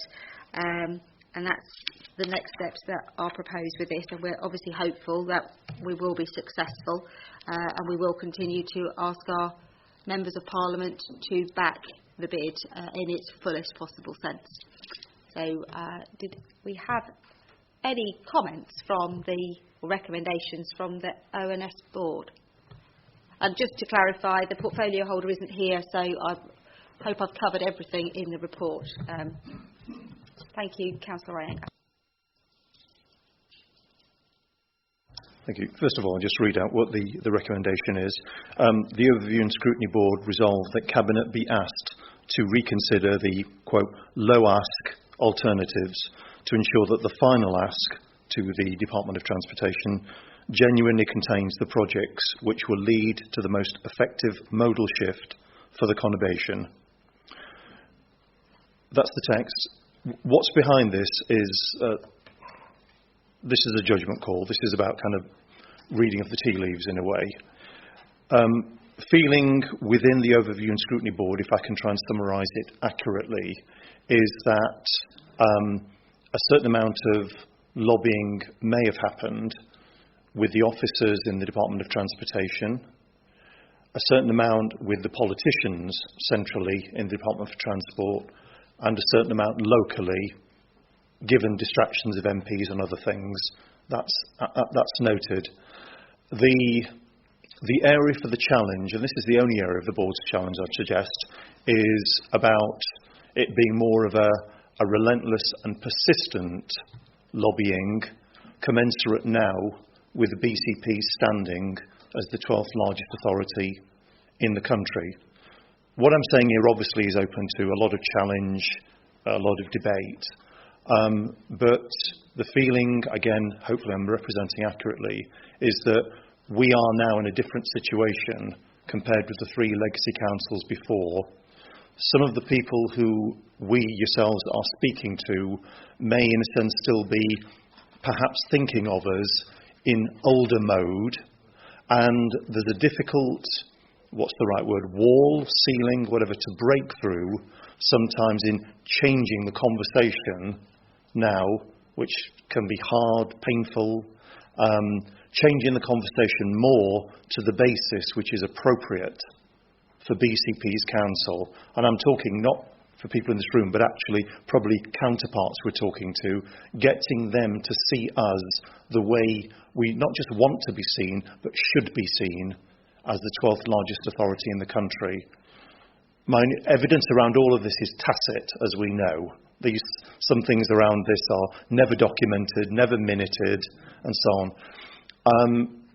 The board wasn't convinced that enough persistence, relentlessness, and higher level lobbying has been done so that we have absolutely got the best outcome, even if it displeases some of the people who you may be speaking to. Through gritted teeth, we get something, and we are the proverbial pain in the backside for some of those people. We weren't sure that that had been tested sufficiently. I think you know where I'm coming from. I'll say no more on this. Thank you. Thank you, Councillor Ryan. I think that's a really fair interpretation. Just for some clarity, and I think this is relevant to some other issues that have been bubbling for quite a long time, we actually, as well as lobbying our local MPs, which I completely accept, I would love to spend more time with, not that easy over the recess and where they're travelling abroad, but we will continue to do that.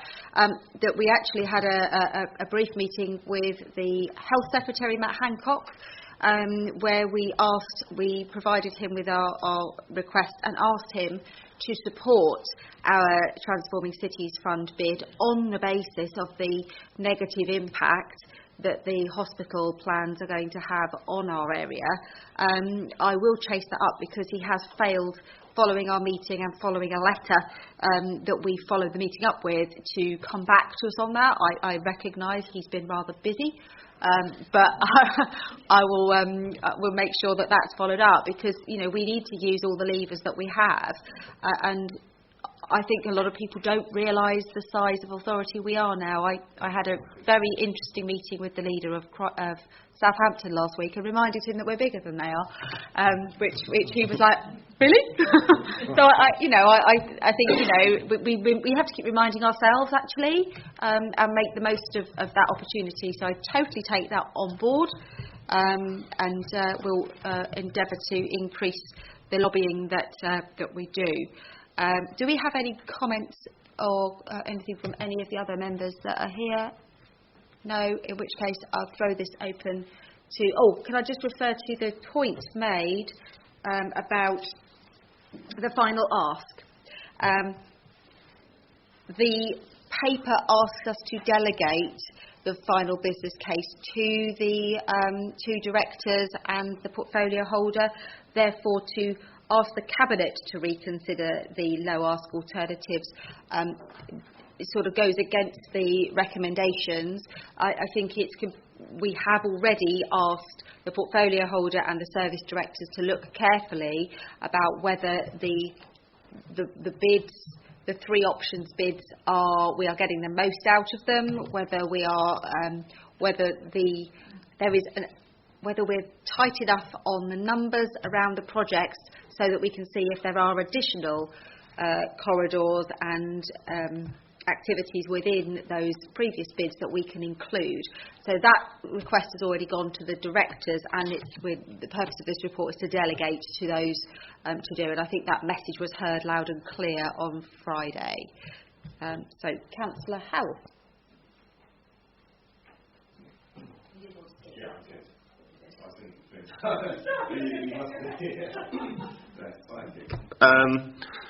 I was just going to make the point that I've arranged a meeting with the MP for Bournemouth East on the 1st of November on another issue, and I will be raising this with him as well then.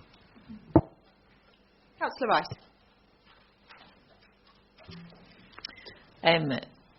The combination of looking to receive some of the Transforming Cities funds and the declaration of a climate emergency, the parking strategy, the increased awareness of air pollution, the obesity crisis that we have in our society. All of these factors sort of lead towards that this is sort of quite an exciting time that we can actually have an impact on all of those things through this scheme, and it is a great way to get us started. Obviously, we have a huge area, so this isn't going to cover everything to begin with, but it's a great opportunity to be really looking at sort of quite a step change to how we get around our towns and our health as an implication, and climate. Thank you, Councillor Rice. Anyone else got anything to add on this, or are we content with the recommendations as tabled in the report? So, all those in favour? Fantastic. Thank you very much. So we move on to agenda item 13, which is the Traffic Regulation Orders and Public Rights of Way Covering Report. The portfolio holder isn't here, so I need to introduce this report. Do I have a seconder? Councillor Moore. So this report lists the traffic regulation orders that we are either applying for through the process that we have to do, or confirming some of these are starting their journey out to consultation. Others have had consultation, and the report details individually the outcomes of those consultations. I just want to make particular reference to the disabled parking spaces. We've had quite a lot of feedback from people around the fact that the list of disabled parking spaces looks as though we're actually removing parking spaces unfairly. Our legislation states that in order to have a disabled parking space, you need to qualify for that parking space. So where we are removing disabled parking spaces, it's because the person at that address no longer qualifies, either because they've moved or they're no longer a blue badge holder, for example. Therefore, where we're removing them, it isn't us.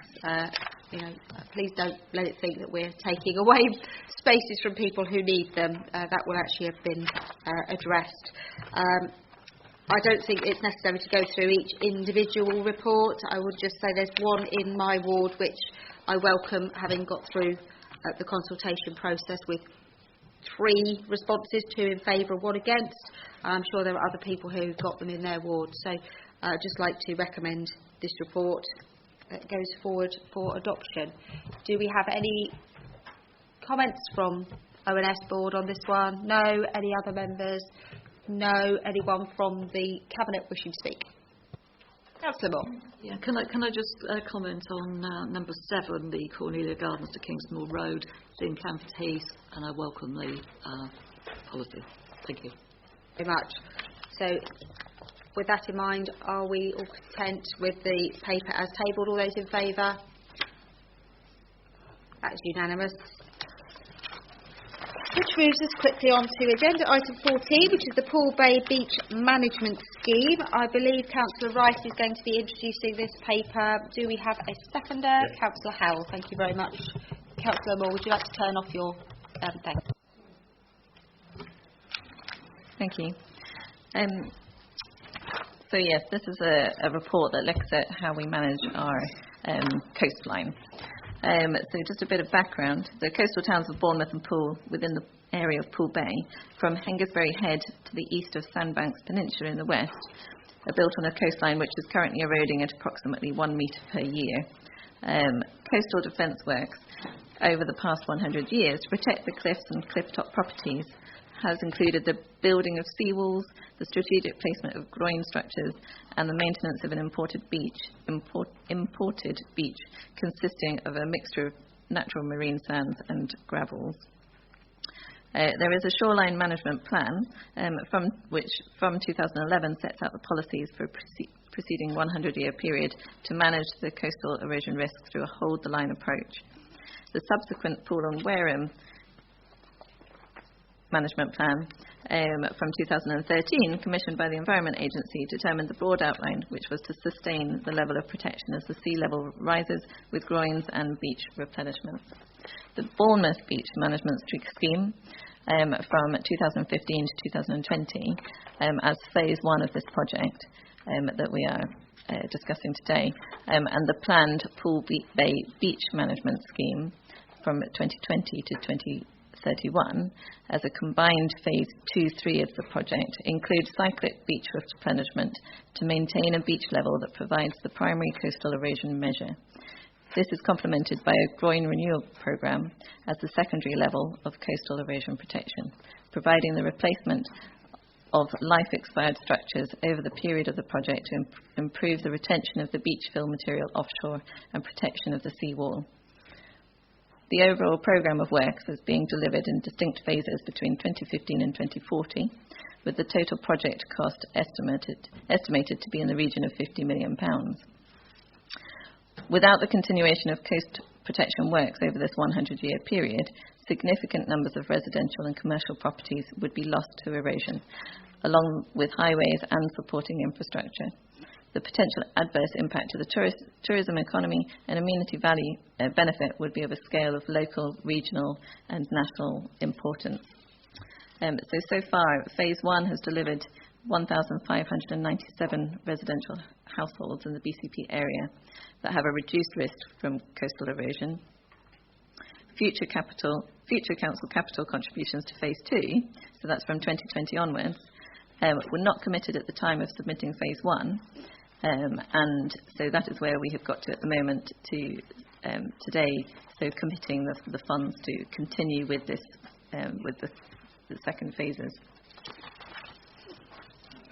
The scheme will consist of at least 2 beach replenishments, the replacement of further life-expired timber groins and major capital works to replace Hengistbury Head long groin. The lateral extent of the project area spans from the Sandbanks Peninsula in the west to Hengistbury Head long groin in the east. The delivery of Poole Bay phases 2 and 3 provides substantial benefit across all 3 previous borough council areas. The sustained approach of regular beach replenishments in a groin field system is designed to reduce and delay the onset of erosional losses which would otherwise occur. For Christchurch specifically, there are works for the Hengistbury Head long groin which are essential. Without repairs to this Hengistbury Head long groin, the Christchurch frontage would be subject to increased wave exposure and the associated increase in flood and coastal erosion risk. So phases 2 and 3 of the project will deliver a combined 3,358 residential households in the BCP area that will subsequently have a reduced risk from coastal erosion. Just going on to the funding slightly, it is a condition upon DEFRA that the government funding settlement will realise a minimum of 15% partnership funding. contributions to its overall capital programme, with the rationale that those that are set to benefit from the scheme investment should likewise contribute. So a partnership funding calculator was used, and that showed that that an 18% contribution was appropriate given the benefits that we gain from having the beach. So phase 2 and 3 project costs are still to be finalised and refined. However, the anticipated project cash costs are currently estimated at 36 million. Applying the 18% local fund contribution would require around £5.3 million of partnership funding to be found, of which we have 2.025 million coming from a local levy, which has already been indicatively allocated. This would leave a contribution of 3.3 million to be met by BCP Council. This financial implication has already been incorporated into the medium-term financial plan. The gearing effect made possible by BCP Council's capital contribution of the 3.3 million will unlock £33 million of combined government funding and local levy. And so that leads on to the recommendations that the Council, as the Coast Protection Authority, submits to the Environment Agency the outlined business case for funding approval for the coast protection works identified under phases 2 and 3, combined between 2020-21 and 2030-31, and that Cabinet recommends to full Council, provided the application for flood defence grant and aid is successful, to fund 3.3 million between 2021 and 2027 in conjunction with the Environment Agency's forward capital programme from Council resources. Thank you very much. Do we have any comments from ONS Board? No. Any other members wishing to speak on this one? No. Okay, so we'll throw this to the Cabinet for any comments. Anyone wishing to speak on this one? Just want to note that obviously, although we're spending some money which is within our MTFP already, this will gear £33 million, which is always a good thing. The other thing I just wanted to reference regarding Christchurch is that obviously this has benefits to the Longroin, but there is a separate coastal management plan which deals with the stretch that's the other side of Hengistbury Head. So it's not that we're ignoring the rest of Christchurch, it's that it's a separate plan because that doesn't form technically part of Poole Bay. Although, you know, if you'd like to all be included within Poole Bay, I'm sure those of us in Poole would be delighted to expand. And then we could just be Poole Bay Council, couldn't we, really? Because there would only be one bay to worry about. We're not going so, does anyone have any comments, or are we content? I just have to comment. You know, we do have Christchurch Bay, and we'd like to keep it. Thank you. I couldn't resist, I'm sorry. So anything relevant to the report, or are we content to approve this? All those in favour, as per the recommendations? That's unanimous. So at this point, I am going to give a short comfort break. We do still have quite a few items on the agenda. We are due to be going all day. I suspect we won't need to go all day, but I think we all need to go for a few minutes now. So can I ask everyone comes back by no later than 20 past, as there might be queues? Thank you. Okay, if we can have all the Cabinet members back to the table, that would be great. So we're missing Councillor Allison. Thank you. And Councillor Rice.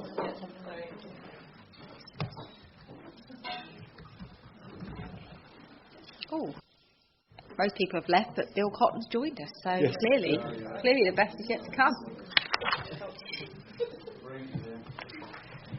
Okay, so thank you everyone for coming back. Appreciate that you didn't all run off and stay off. That brings us nicely on to agenda item 15, which is the BCP Council Street Works Permit Scheme. I have a horrible feeling that this one might be Councillor Hadley, who's not here.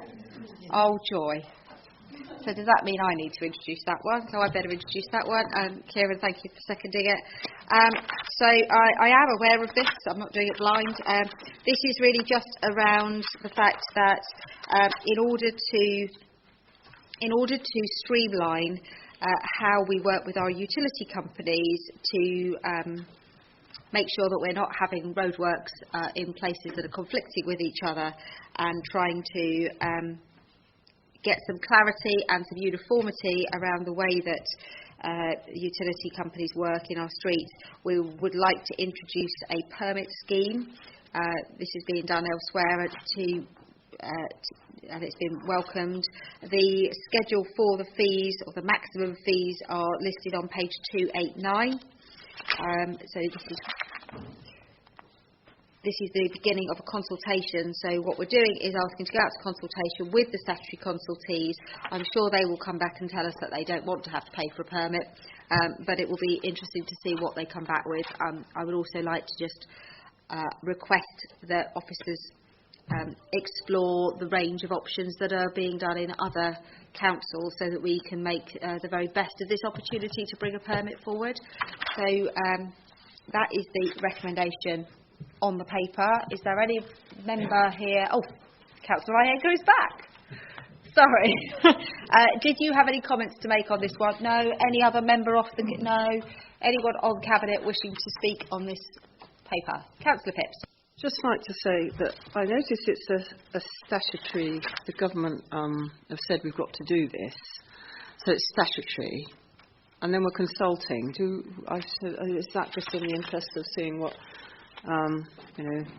stakeholders or whatever think, or why do we have to actually consult? And the second is, obviously, if we're going to be charging, presumably all they'll do is pass that charge on down the line to their customers, so they won't end up paying for it, which is a shame. But that's what's going to happen. To me, I can see that it's going to happen, but it just seems not so good to me. But there you go. And obviously this is referring to utility companies. If it's reasonable for there to be a permit scheme, which is what's required, what that permit scheme looks like, and who we charge, what we charge them, or when we charge them. Hopefully, it will what's the word I'm looking for? Focus their mind upon doing some work and then coming back 3 weeks later and doing some work again and redigging up the same piece of road. So I think it has some benefit. Clearly, as with all fees, ultimately the customer pays. But this is a government diktat that we looked at, but I don't think it's a diktat about how much we charge, and the consultation. We want to run it the best way we can. Councillor Brown. Thank you, Leader. Just a quick comment around the financial implications, just for clarity, that actually this is not a money-making scheme of the council to charge people and bring money in. I think, as it details in the financial implications, that we can charge fees for these permit schemes, but just to cover the cost of operating the scheme. So we can't generate income that exceeds the total allowable costs prescribed in the permit regulation. So it is literally the fees will cover the cost of delivering the scheme. Thank you. Councillor Rice. Just to highlight that the works, my understanding is that the works also include pavements and cycle lanes, and so there is emphasis on sort of looking at how many vehicles pass down the street, and sort of including car traffic or people moving in cars, but to just emphasise that we also need to be considering flows on pavements and in cycle lanes as well, and ensuring that we're not disadvantaging people when we do these works. But it's nothing to it's just to highlight that aspect. Thank you. Anyone else wishing to speak on this one? No. So the recommendation is to approve the consultation. All those in favour? Excellent. Thank you very much. Moving on to agenda item 16, which is the Community Governance Review for Throop and Holdenhurst draft recommendations. This one is going to be introduced by Councillor Allison and seconded by Councillor Wilson. But I understand once he's introduced the paper, we are going to be getting a report from Councillor Brooks as the chair of the governance groups, and Richard is going to be supported with any technical questions. So, Councillor Allison, would you like to start us off? Thank you very much, Leader. So this is a continuation of a report. In the July Cabinet, we approved the creation of a task and finish group to oversee a community governance review for the area of Throop and Holdenhurst. This task and finish group has now met and considered quite an extensive number of representations from residents and made a set of draft recommendations. And this new Cabinet report now seeks Cabinet approval for the publication of those recommendations and the outlined timetable for the next stage of consultation. And with that, I would like to conclude by inviting Councillor Brooks up to speak about those recommendations. Thank you.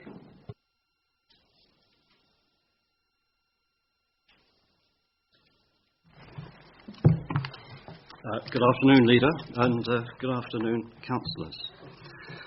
We bring to this Cabinet a community governance review for Throop and Holdenhurst and draft recommendations for consultation. Can I just first mention Councillor Kieran Wilson? This is actually within his ward of Muscliffe and Strowland Park.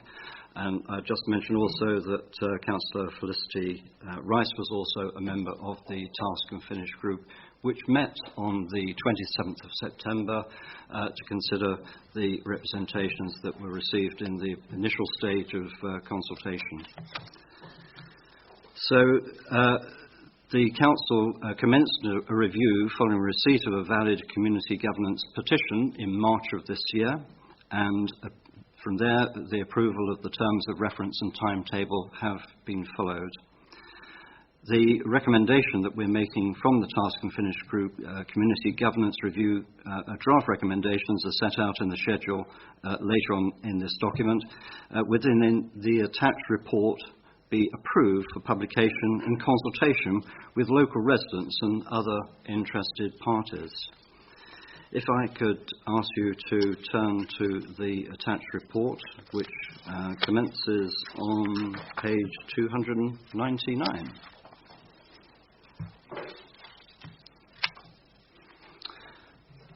So, in the report, you'll find that various interested parties were invited to give their views on the recommendation of the petition to have a separate parish council for the area of Holdenhurst and Throop. 53% approximately of the returns were in favour of setting up a new parish, and of those 53%, 83% or thereabouts were in favour of proceeding with a parish, which is clearly a very high proportion.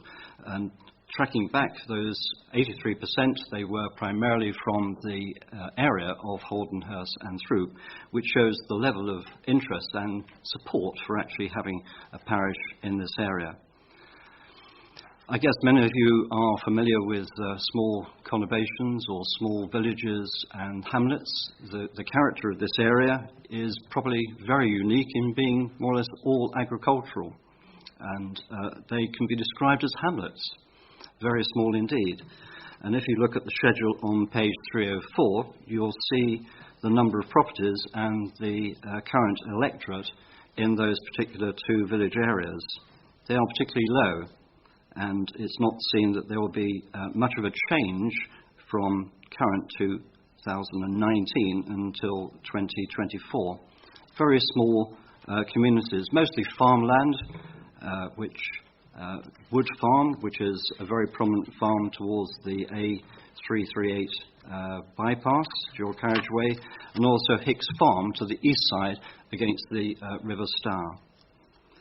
At the bottom of page 304 shows the existing arrangement for a Holdenhurst parish. They don't have a council, they meet as a village community, and it is outlined on plan verge orange. I would draw your attention at the moment that the boundary of the parish is actually set back from the River Stour, and that's significant when we come to a further plan in a moment. If you turn over the page to 305, so the map below shows the boundary of the parish requested by the petitions outlined in purple, encompassing the existing parish of Holdenhurst outlined in orange, and the property referred to above as Wood Farm. So the area being petitioned is following the river line of the Stour on the northern boundary, to the east along the A338, and to the west continuing along the river boundary. To the south, it more or less follows the urban area, and one's familiar with Castle Point, which is more or less central in that southern boundary. But most of all that land within the proposed parish area is wholly agriculture. And the issues in that area much centre around incursions in agricultural land, say worrying of dogs and livestock, and you can sense the need of actually having a local parish which recognises the concerns of the people who are in that area. The line as petitioned on the northern side does have a problem, and I'd ask you now to turn over to page 306. As shown in the plan, there is already an existing parish, which is Herne Parish, which Councillor Margaret Phipps has referred to right at the start of this meeting, which in fact is already established. It must be a historical reason that the parish boundary was actually on the south side of the River Stour. And interestingly, that boundary line recognises the preceding authorities of Christchurch, and is also the parliamentary boundary line, which would be very difficult to alter for the purpose of creating a new parish authority, with the delay and the requirements to go back and start the whole process again. So we have to adjust an approach from receiving representations through the Task and Finish group to find an accommodation which will actually meet the petitioner's requirements, but also respects some of the limitations to what can be done. At this point, I'd ask you then to turn to Appendix 2, which is on page 308. So to accommodate the petitioner's request for a separate parish, it now takes the line of the existing Herne Parish on the northern side, which is south of the River Stour, to a point where it comes then more or less by Throop, and then rejoins the river and runs right the way round at the furthermost northern point, then to the west, and then back down the southern boundary line, which was in the original petition for the boundary of a parish. You'll note that there's a little dog leg closest to the A338 on the southern side. That is what was the connecting road, which was then cut off by the development of the A338. It's interesting as to the responses that we were able to read from people about the importance of this area, and I'll read you just one. The villages of Holdenhurst and Throop share a common identity in setting, history, and unique characteristics, separating them from the larger BCP conurbation. Both are conservation areas, and we shall see the last remaining stretch of the green belt in Bournemouth. A comment also that came from the Association of Parish Councils and Town Councils, which says is in favour of creating new parish councils in areas that do not have them at present. Parish councils are a vital link with local communities, providing a greater understanding of their residents' views and concerns. And as I think you can see by the last plan that we looked at, that the area is so predominantly rural, it is predominantly hamlets, it has notable buildings of historical interest, be Throop Mill and other specific houses, and some of those notable buildings also exist in the village of Holdenhurst. I think if you drive in the area, you'll find most of the roads are single lane. You have to use passing points, which again emphasises the nature of this very different area.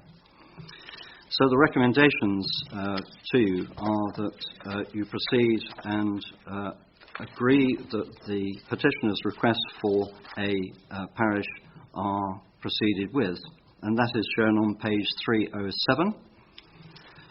and I'll read them. The existing parish of Holdenhurst Village be altered to include the neighbouring village of Throop, as shown on the map appended to this document, the last plan.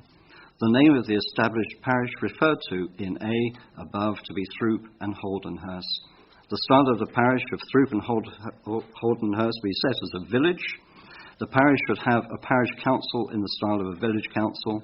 The name of the village council should be Throop and Holdenhurst Village Council. The village council for Throop and Holdenhurst consists of 7 councillors. The effective date for the establishment of the parish should be 1st of April 2021. And that is set ahead because of the further consultation that needs to go through to enable the residents in those areas to actually have the requirement to put their case to the council.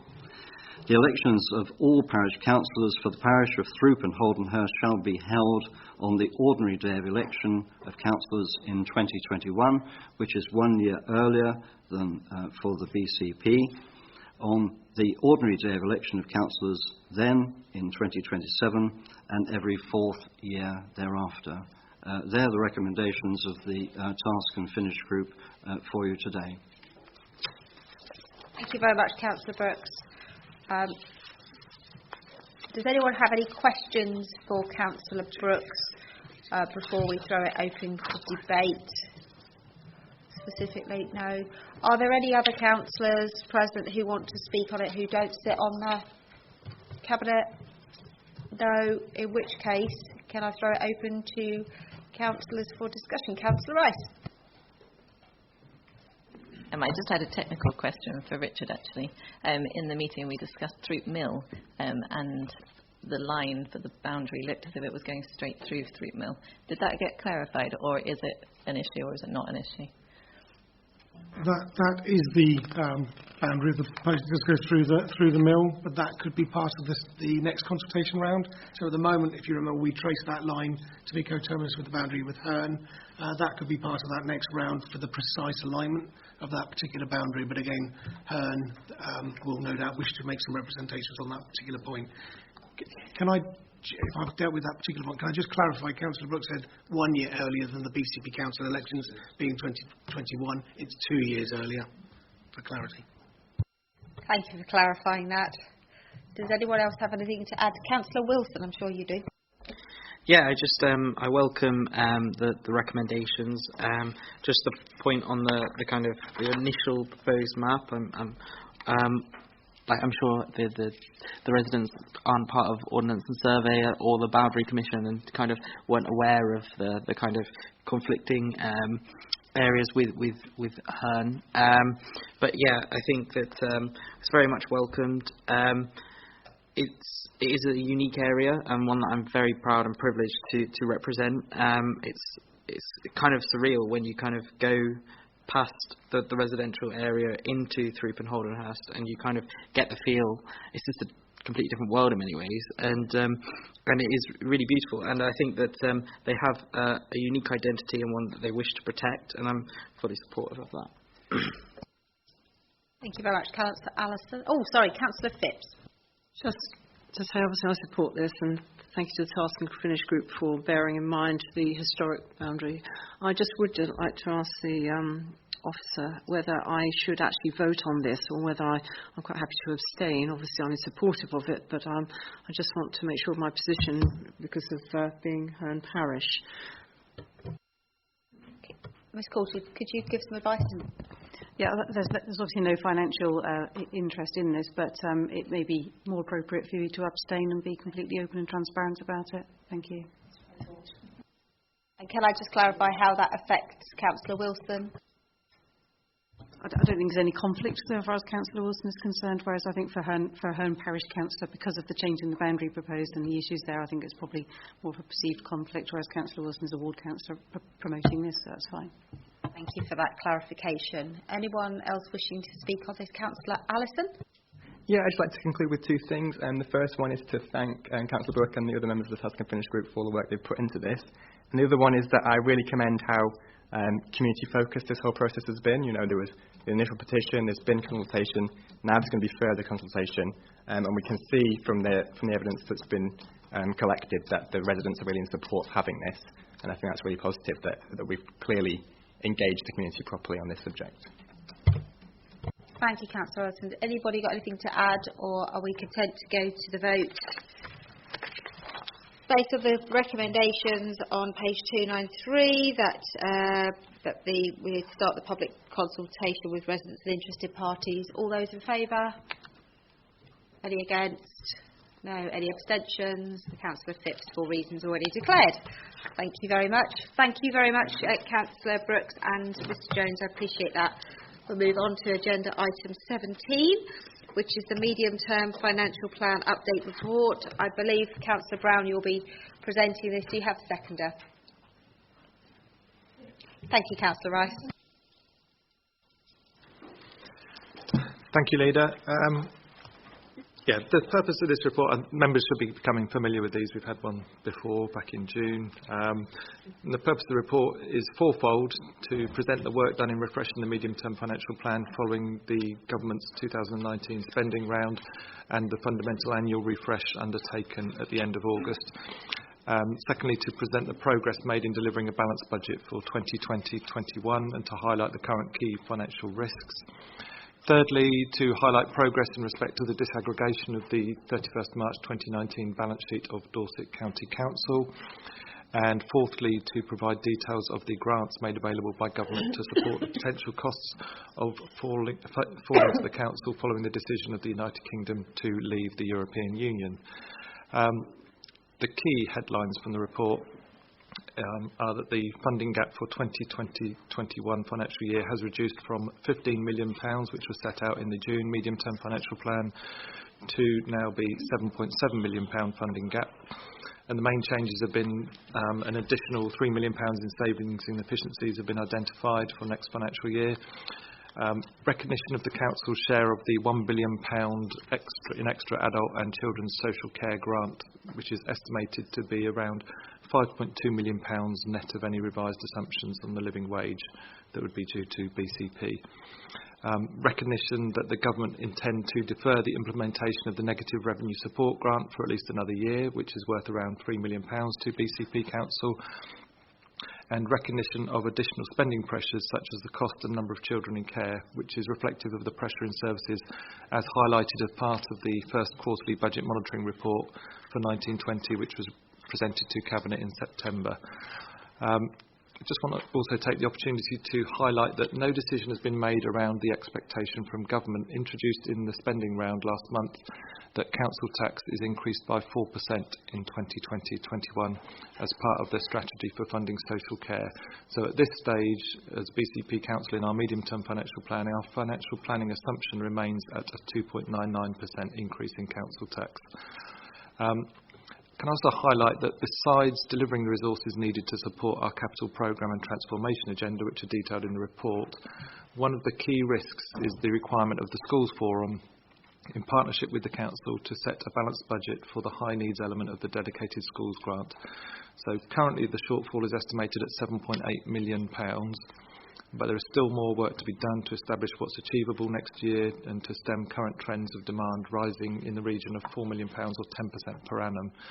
So I attended the Schools Forum meeting with school leaders and council officers to initially consider the issue on the 25th of September.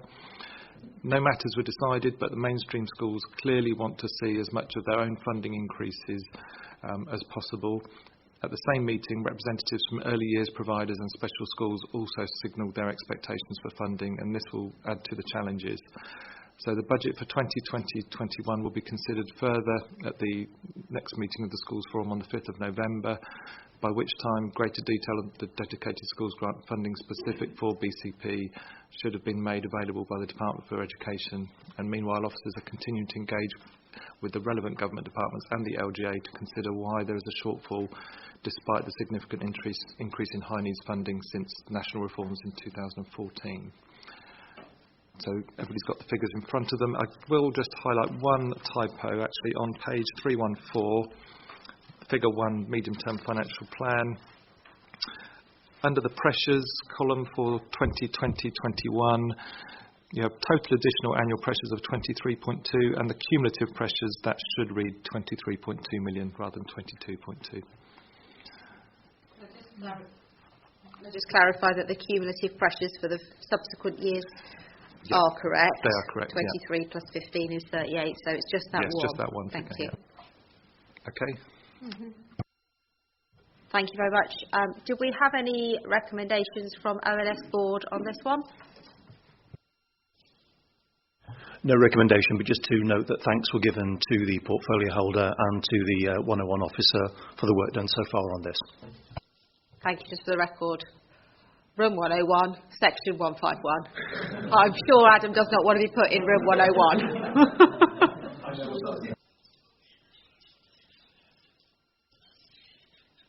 Okay, are there any other members that wish to speak on this? No, so we'll throw that open to Cabinet. Councillor Moore. Thank you, Leader. Yeah, can I just refer to the dedicated schools grant, and in particular the high needs block.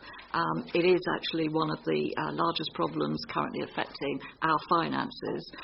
It is a very tricky and controversial subject, and because of this, I've asked for it to go to Children's Services Overview and Scrutiny. So basically, everyone, all the councillors there, can understand the difficulties schools are currently facing, as is this council currently facing, and make any recommendations. I just think it's important that everybody understands what the problem is and the difficulty in resolving it. Thank you, Chair. Thank you, Councillor Moore. Councillor Phipps. Just a very short comment, really. Just you highlighted, that the funding gap has been closed somewhat. I mean, very just good news, isn't it? Doing well. Very good. Yeah, I sort of commend the work of all the officers in doing their best to identify those efficiencies. I know it's not easy. I know that quite a few of them are moving really rapidly on with their reorganisations, and hopefully we can work to close that even further by the time we get to the next report. Anyone got anything further to add, or are we content to note the items on here? A, B and C. All those in favour? Thank you very much. So agenda item 18. Agenda item 18 is the Equality and Diversity Policy, which went through ONS board last week. I note that in the written papers you have the original. I will be presenting this report. Do I have a seconder? Yes, I'm very happy to second this report. Thank you, Councillor Allison. So just to introduce the report, you'll note on pages 333 onwards is the actual report itself, the policy report.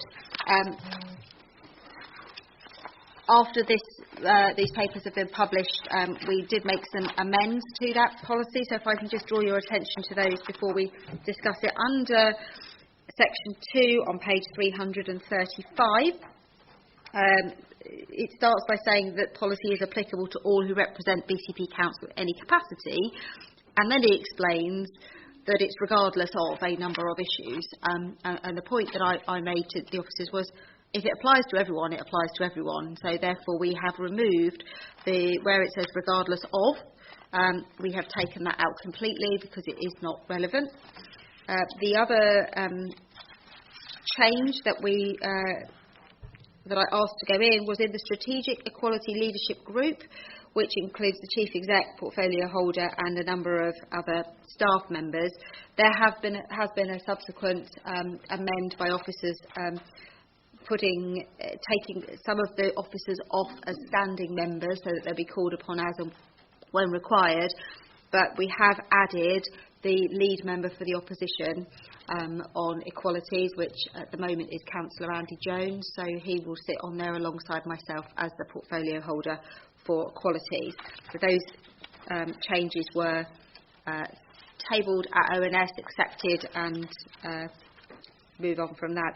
The other thing that the real crux of this report is that we're required to have an equality and diversity policy which sets out how we're going to fulfil our public sector equality duty under the Equalities Act. And the feeling that I had along with officers was that That is really the minimum standard that we should consider the 9 protected characteristics. My view is that we should be seeking to consider anyone who might be disadvantaged by the work that we do, and therefore that we are not limiting ourselves to those 9 protected characteristics, but from time to time considering additional groups. So one particular thing that was raised is that under the Act, we are allowed to take account of locally relevant factors. So it may be that at different times there are particular groups that might be disadvantaged. Another group that was referenced was there might be particular policies that will disproportionately affect single mums. They may or may not fulfil protected characteristics, but we wanted to make sure that we are referencing those. And the way that we have agreed that the report should follow is where we reference the equalities impacts in all of our reports, that we would make separate reference to, does this have an impact upon the protected characteristics, and separately reference any additional equalities impacts that we feel go beyond those minimum standards, so that it's easy for officers to say we are complying with the law and actually we're taking it a step further. There was a challenge made quite rightly at full council in September around the language that's been used in papers over the last few months, where officers have written the reports and haven't had consistency in the language, and we are hoping that this policy and the groups that sit within them and the champions within departments will be able to make sure that we are harmonising the language that we use across all of our papers. The other thing which is missing is Appendix B, which is the Corporate Equality Action Plan, which has been sent to everybody, which is how we move towards excellence and the specific tasks and projects that we're going to be doing to make sure that our equality and diversity policy is a be. So that is the report, which I commend to you. Do we have any comments from the ONS board of the Equality? Thank you. Anyone else wish to speak on this? No. In which? Oh, Councillor Iyengar. Yes. Not on this item, right? You hold there. Any comments from members of the Cabinet? Councillor Allison. Yeah, I just want to add my full support for this. I think it's an excellent document. I think it's very comprehensive, and I'm very proud that we're bringing it forward and that we're putting equality and diversity at the heart of everything we do. Thank you, Councillor Allison. Anyone else wishing to speak? No. So, did you say yes, Councillor Moore? No, you didn't. Okay. So, if we could take the paper, the recommendations 1 and 2, with the amendments to the actual policy. All those in favour? That's unanimous. Thank you very much. Agenda item 19, that's me as well, which is the BCP Council's corporate strategy, which I will be presenting. Do I have a seconder? Councillor Howell, thank you very much. So just to introduce this paper, obviously we've been working on this for some time now. The report shows the corporate strategy that we have set up, that started life as our statement of common purpose, what members felt were the things that we should be prioritising, went through a process that started with the Corporate Management Board and a strategy week, and found its way into the draft corporate plan. A couple of points to note. We went out to consultation over the summer on the corporate, what at the time was called the BCP corporate plan. Some feedback came back through that actually this isn't a plan at this point, it's a strategy, it's a starting point. And so the decision was made to change its title to corporate strategy, which will be followed by a detailed delivery plan, which will be commencing once this has been adopted. A number of points to note: that the consultation over the summer was really well received. We had over 2,100 individual responses to this, online and through libraries and through written responses. We also held a number of public consultation events, roadshows out in the communities, so 2 events with community groups. also an event with young people, which was attended by the Chief Exec, and a member seminar where everybody had the opportunity to put their thoughts in. A couple of significant changes that we made were to change the dynamic region to dynamic places, and to strengthen some wording within the dynamic places around supporting businesses and creating a sustainable, inclusive and vibrant economy. That was expanded. Some additional wording around housing, and some small changes within the fulfilled lives. But you'll see the revised corporate strategy, which was taken on board at the ONS board last week. And the next stage now is to take this forward to a delivery plan. It needs to be adopted at full council, so I'm hoping that, having engaged across all parties from the beginning, that this will be adopted unanimously, so we can grasp this as the start of a journey. So with that, I'd like to commend the report. Do we have any comments from the ONS board? Thank you. Not from the board. Do we have any from members? Councillor Iyengar, please do come and join us in your personal capacity.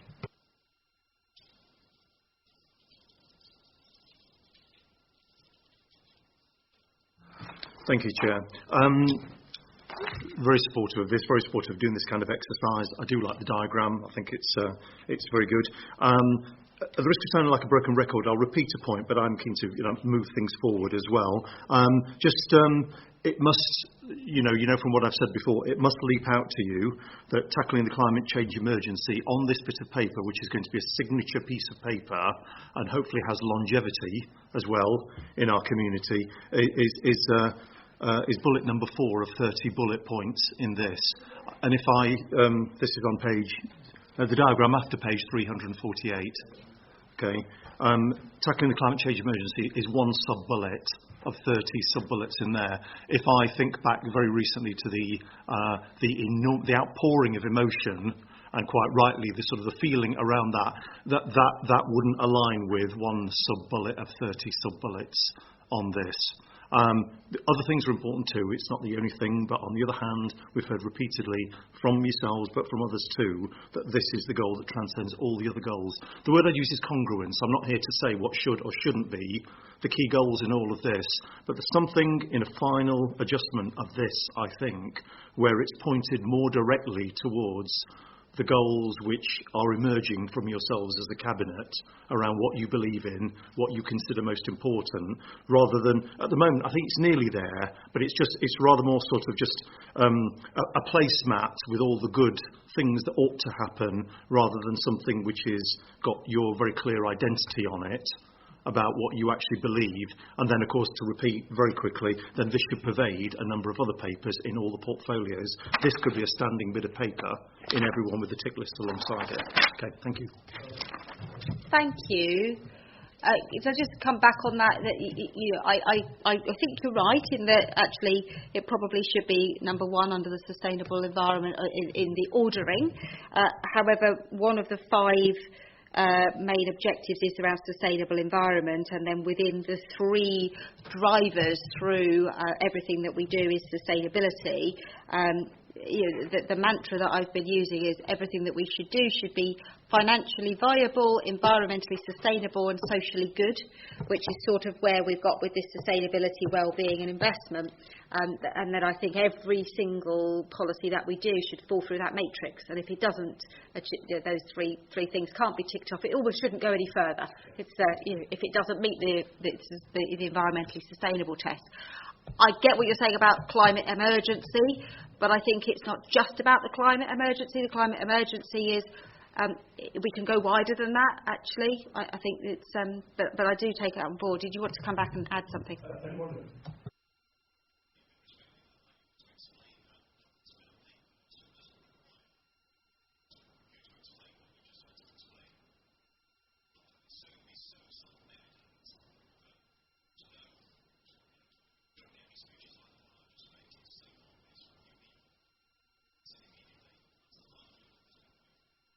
Thank you for that, Councillor Iyengar. Take that on board. Anyone else wishing to speak on it that's not on Cabinet? In which case I'll go to Cabinet. Councillor Howell. Yeah, I disagree with Councillor Iyengar because I think that we're all committed to the environmental agenda. I think in this cabinet, but in terms of tackling climate change, there's so many different ways that it needs to be tackled. That we need to do this as a kind of lifestyle change. We need to see it and make each of our lives sustainable. And I think that sustainability is really the key objective of which tackling climate change is part, and will come along with making our environment sustainable. So I'm reasonably happy with that. My really problem with this paper is that it was originally a plan, and then people criticised that because it's not really a plan, and now it's called a strategy, and it's not really a strategy. It's a strategy. List out how you're going to. It's essentially a plan. It's how you get something done. Where what this is a list of values and objectives, and I don't see there's any problem with us setting out corporate values and objectives and calling them that, because we're going to get the same criticism that this isn't a strategy because it doesn't set out how we're going to achieve these objectives. So. Any further comments? Councillor Wilson? Yeah, just to pick up on the thing around climate change, I think we have a whole section on sustainable environment, and if we can do all of our objectives within this, we're going to go a long way to tackling the climate change emergency. And I understand, Councillor Iyengar's point, but I think that it's right at the top of our list. It's at the heart of everything we do. It's something that every kind of report it gets analysed to that degree around the climate change emergency. So I do think that there is a whole section on it, 6 points, all with the climate change emergency in its mind, in the front of its mind. So I disagree with that. Okay. Anyone? Oh, Councillor Rice, you want to speak now? Yes, I just wanted to thank Councillor Iyengar for speaking about it. There's differing views on how to go about getting climate change embedded everywhere. But every single one of the bullet points there has, in my view, will have climate change embedded in it, but won't be in the title. So it's sort of moving towards really living in a different way, if you know what I mean. But the other thing that just came to me whilst you were speaking was the fact that we haven't got much in here about biodiversity, and that is a crucial part of the climate change agenda, is the biodiversity loss that we've got, and that we actually need to be ensuring that we emphasise that as well. It's not specifically referenced, but we talk about several things that are relevant. I suppose we could amend the sustainable the environment language to tackle the climate and biodiversity emergency, because I think it is a double-hatted thing. Is that correct? Ecological. Thank you. The word is ecological. Or wildlife. Wildlife is a more. I was trying to think what the right.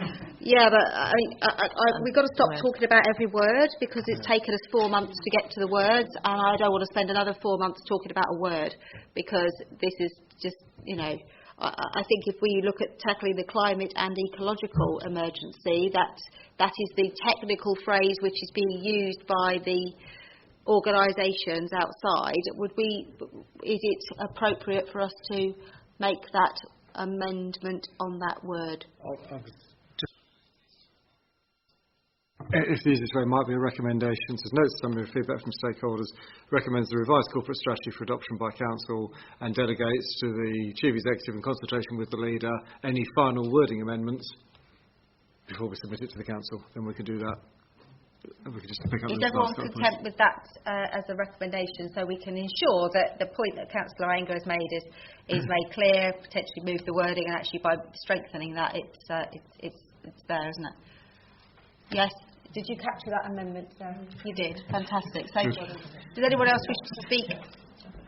So, on that basis, are we happy to adopt with the amendment? All those in favour?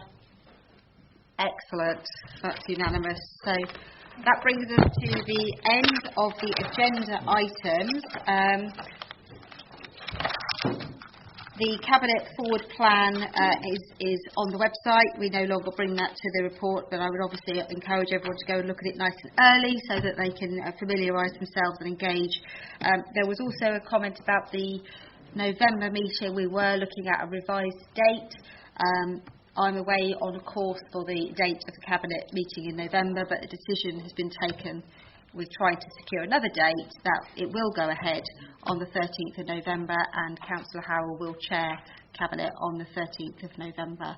So that's just for noting. That brings us to the end of the business. Thank you everybody for your... Oh, Councillor Iyengar, did you wish to add something? Sorry, there's an item on the briefing sheet I was given as OS board representative.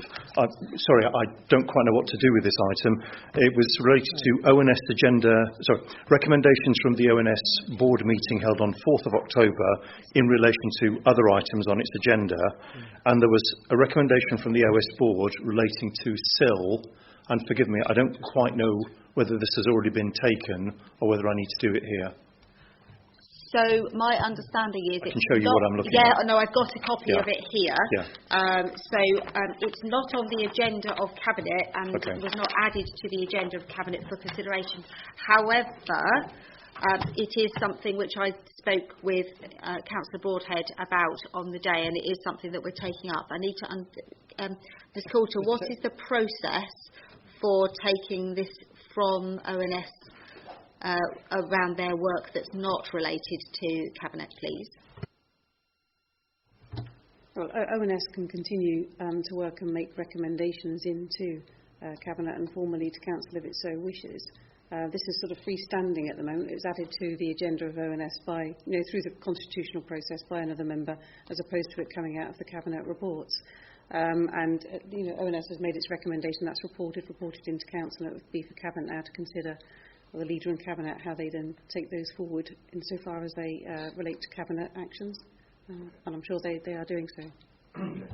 For clarity, so it's not for taking as a recommendation to Cabinet. However, I have spoken with Councillor Broadhead about it. There are a series of proposals which I've already been working on, and I'm very happy to go back to the Chair of ONS and update him on where we are with this, so that we can formally move this forward in advance of the Community Infrastructure Levy, which is coming to us in the new year. This is an interim matter which we need to deal with urgently, but for the constitutional purposes it doesn't sit on the agenda, so it is slightly up in the air.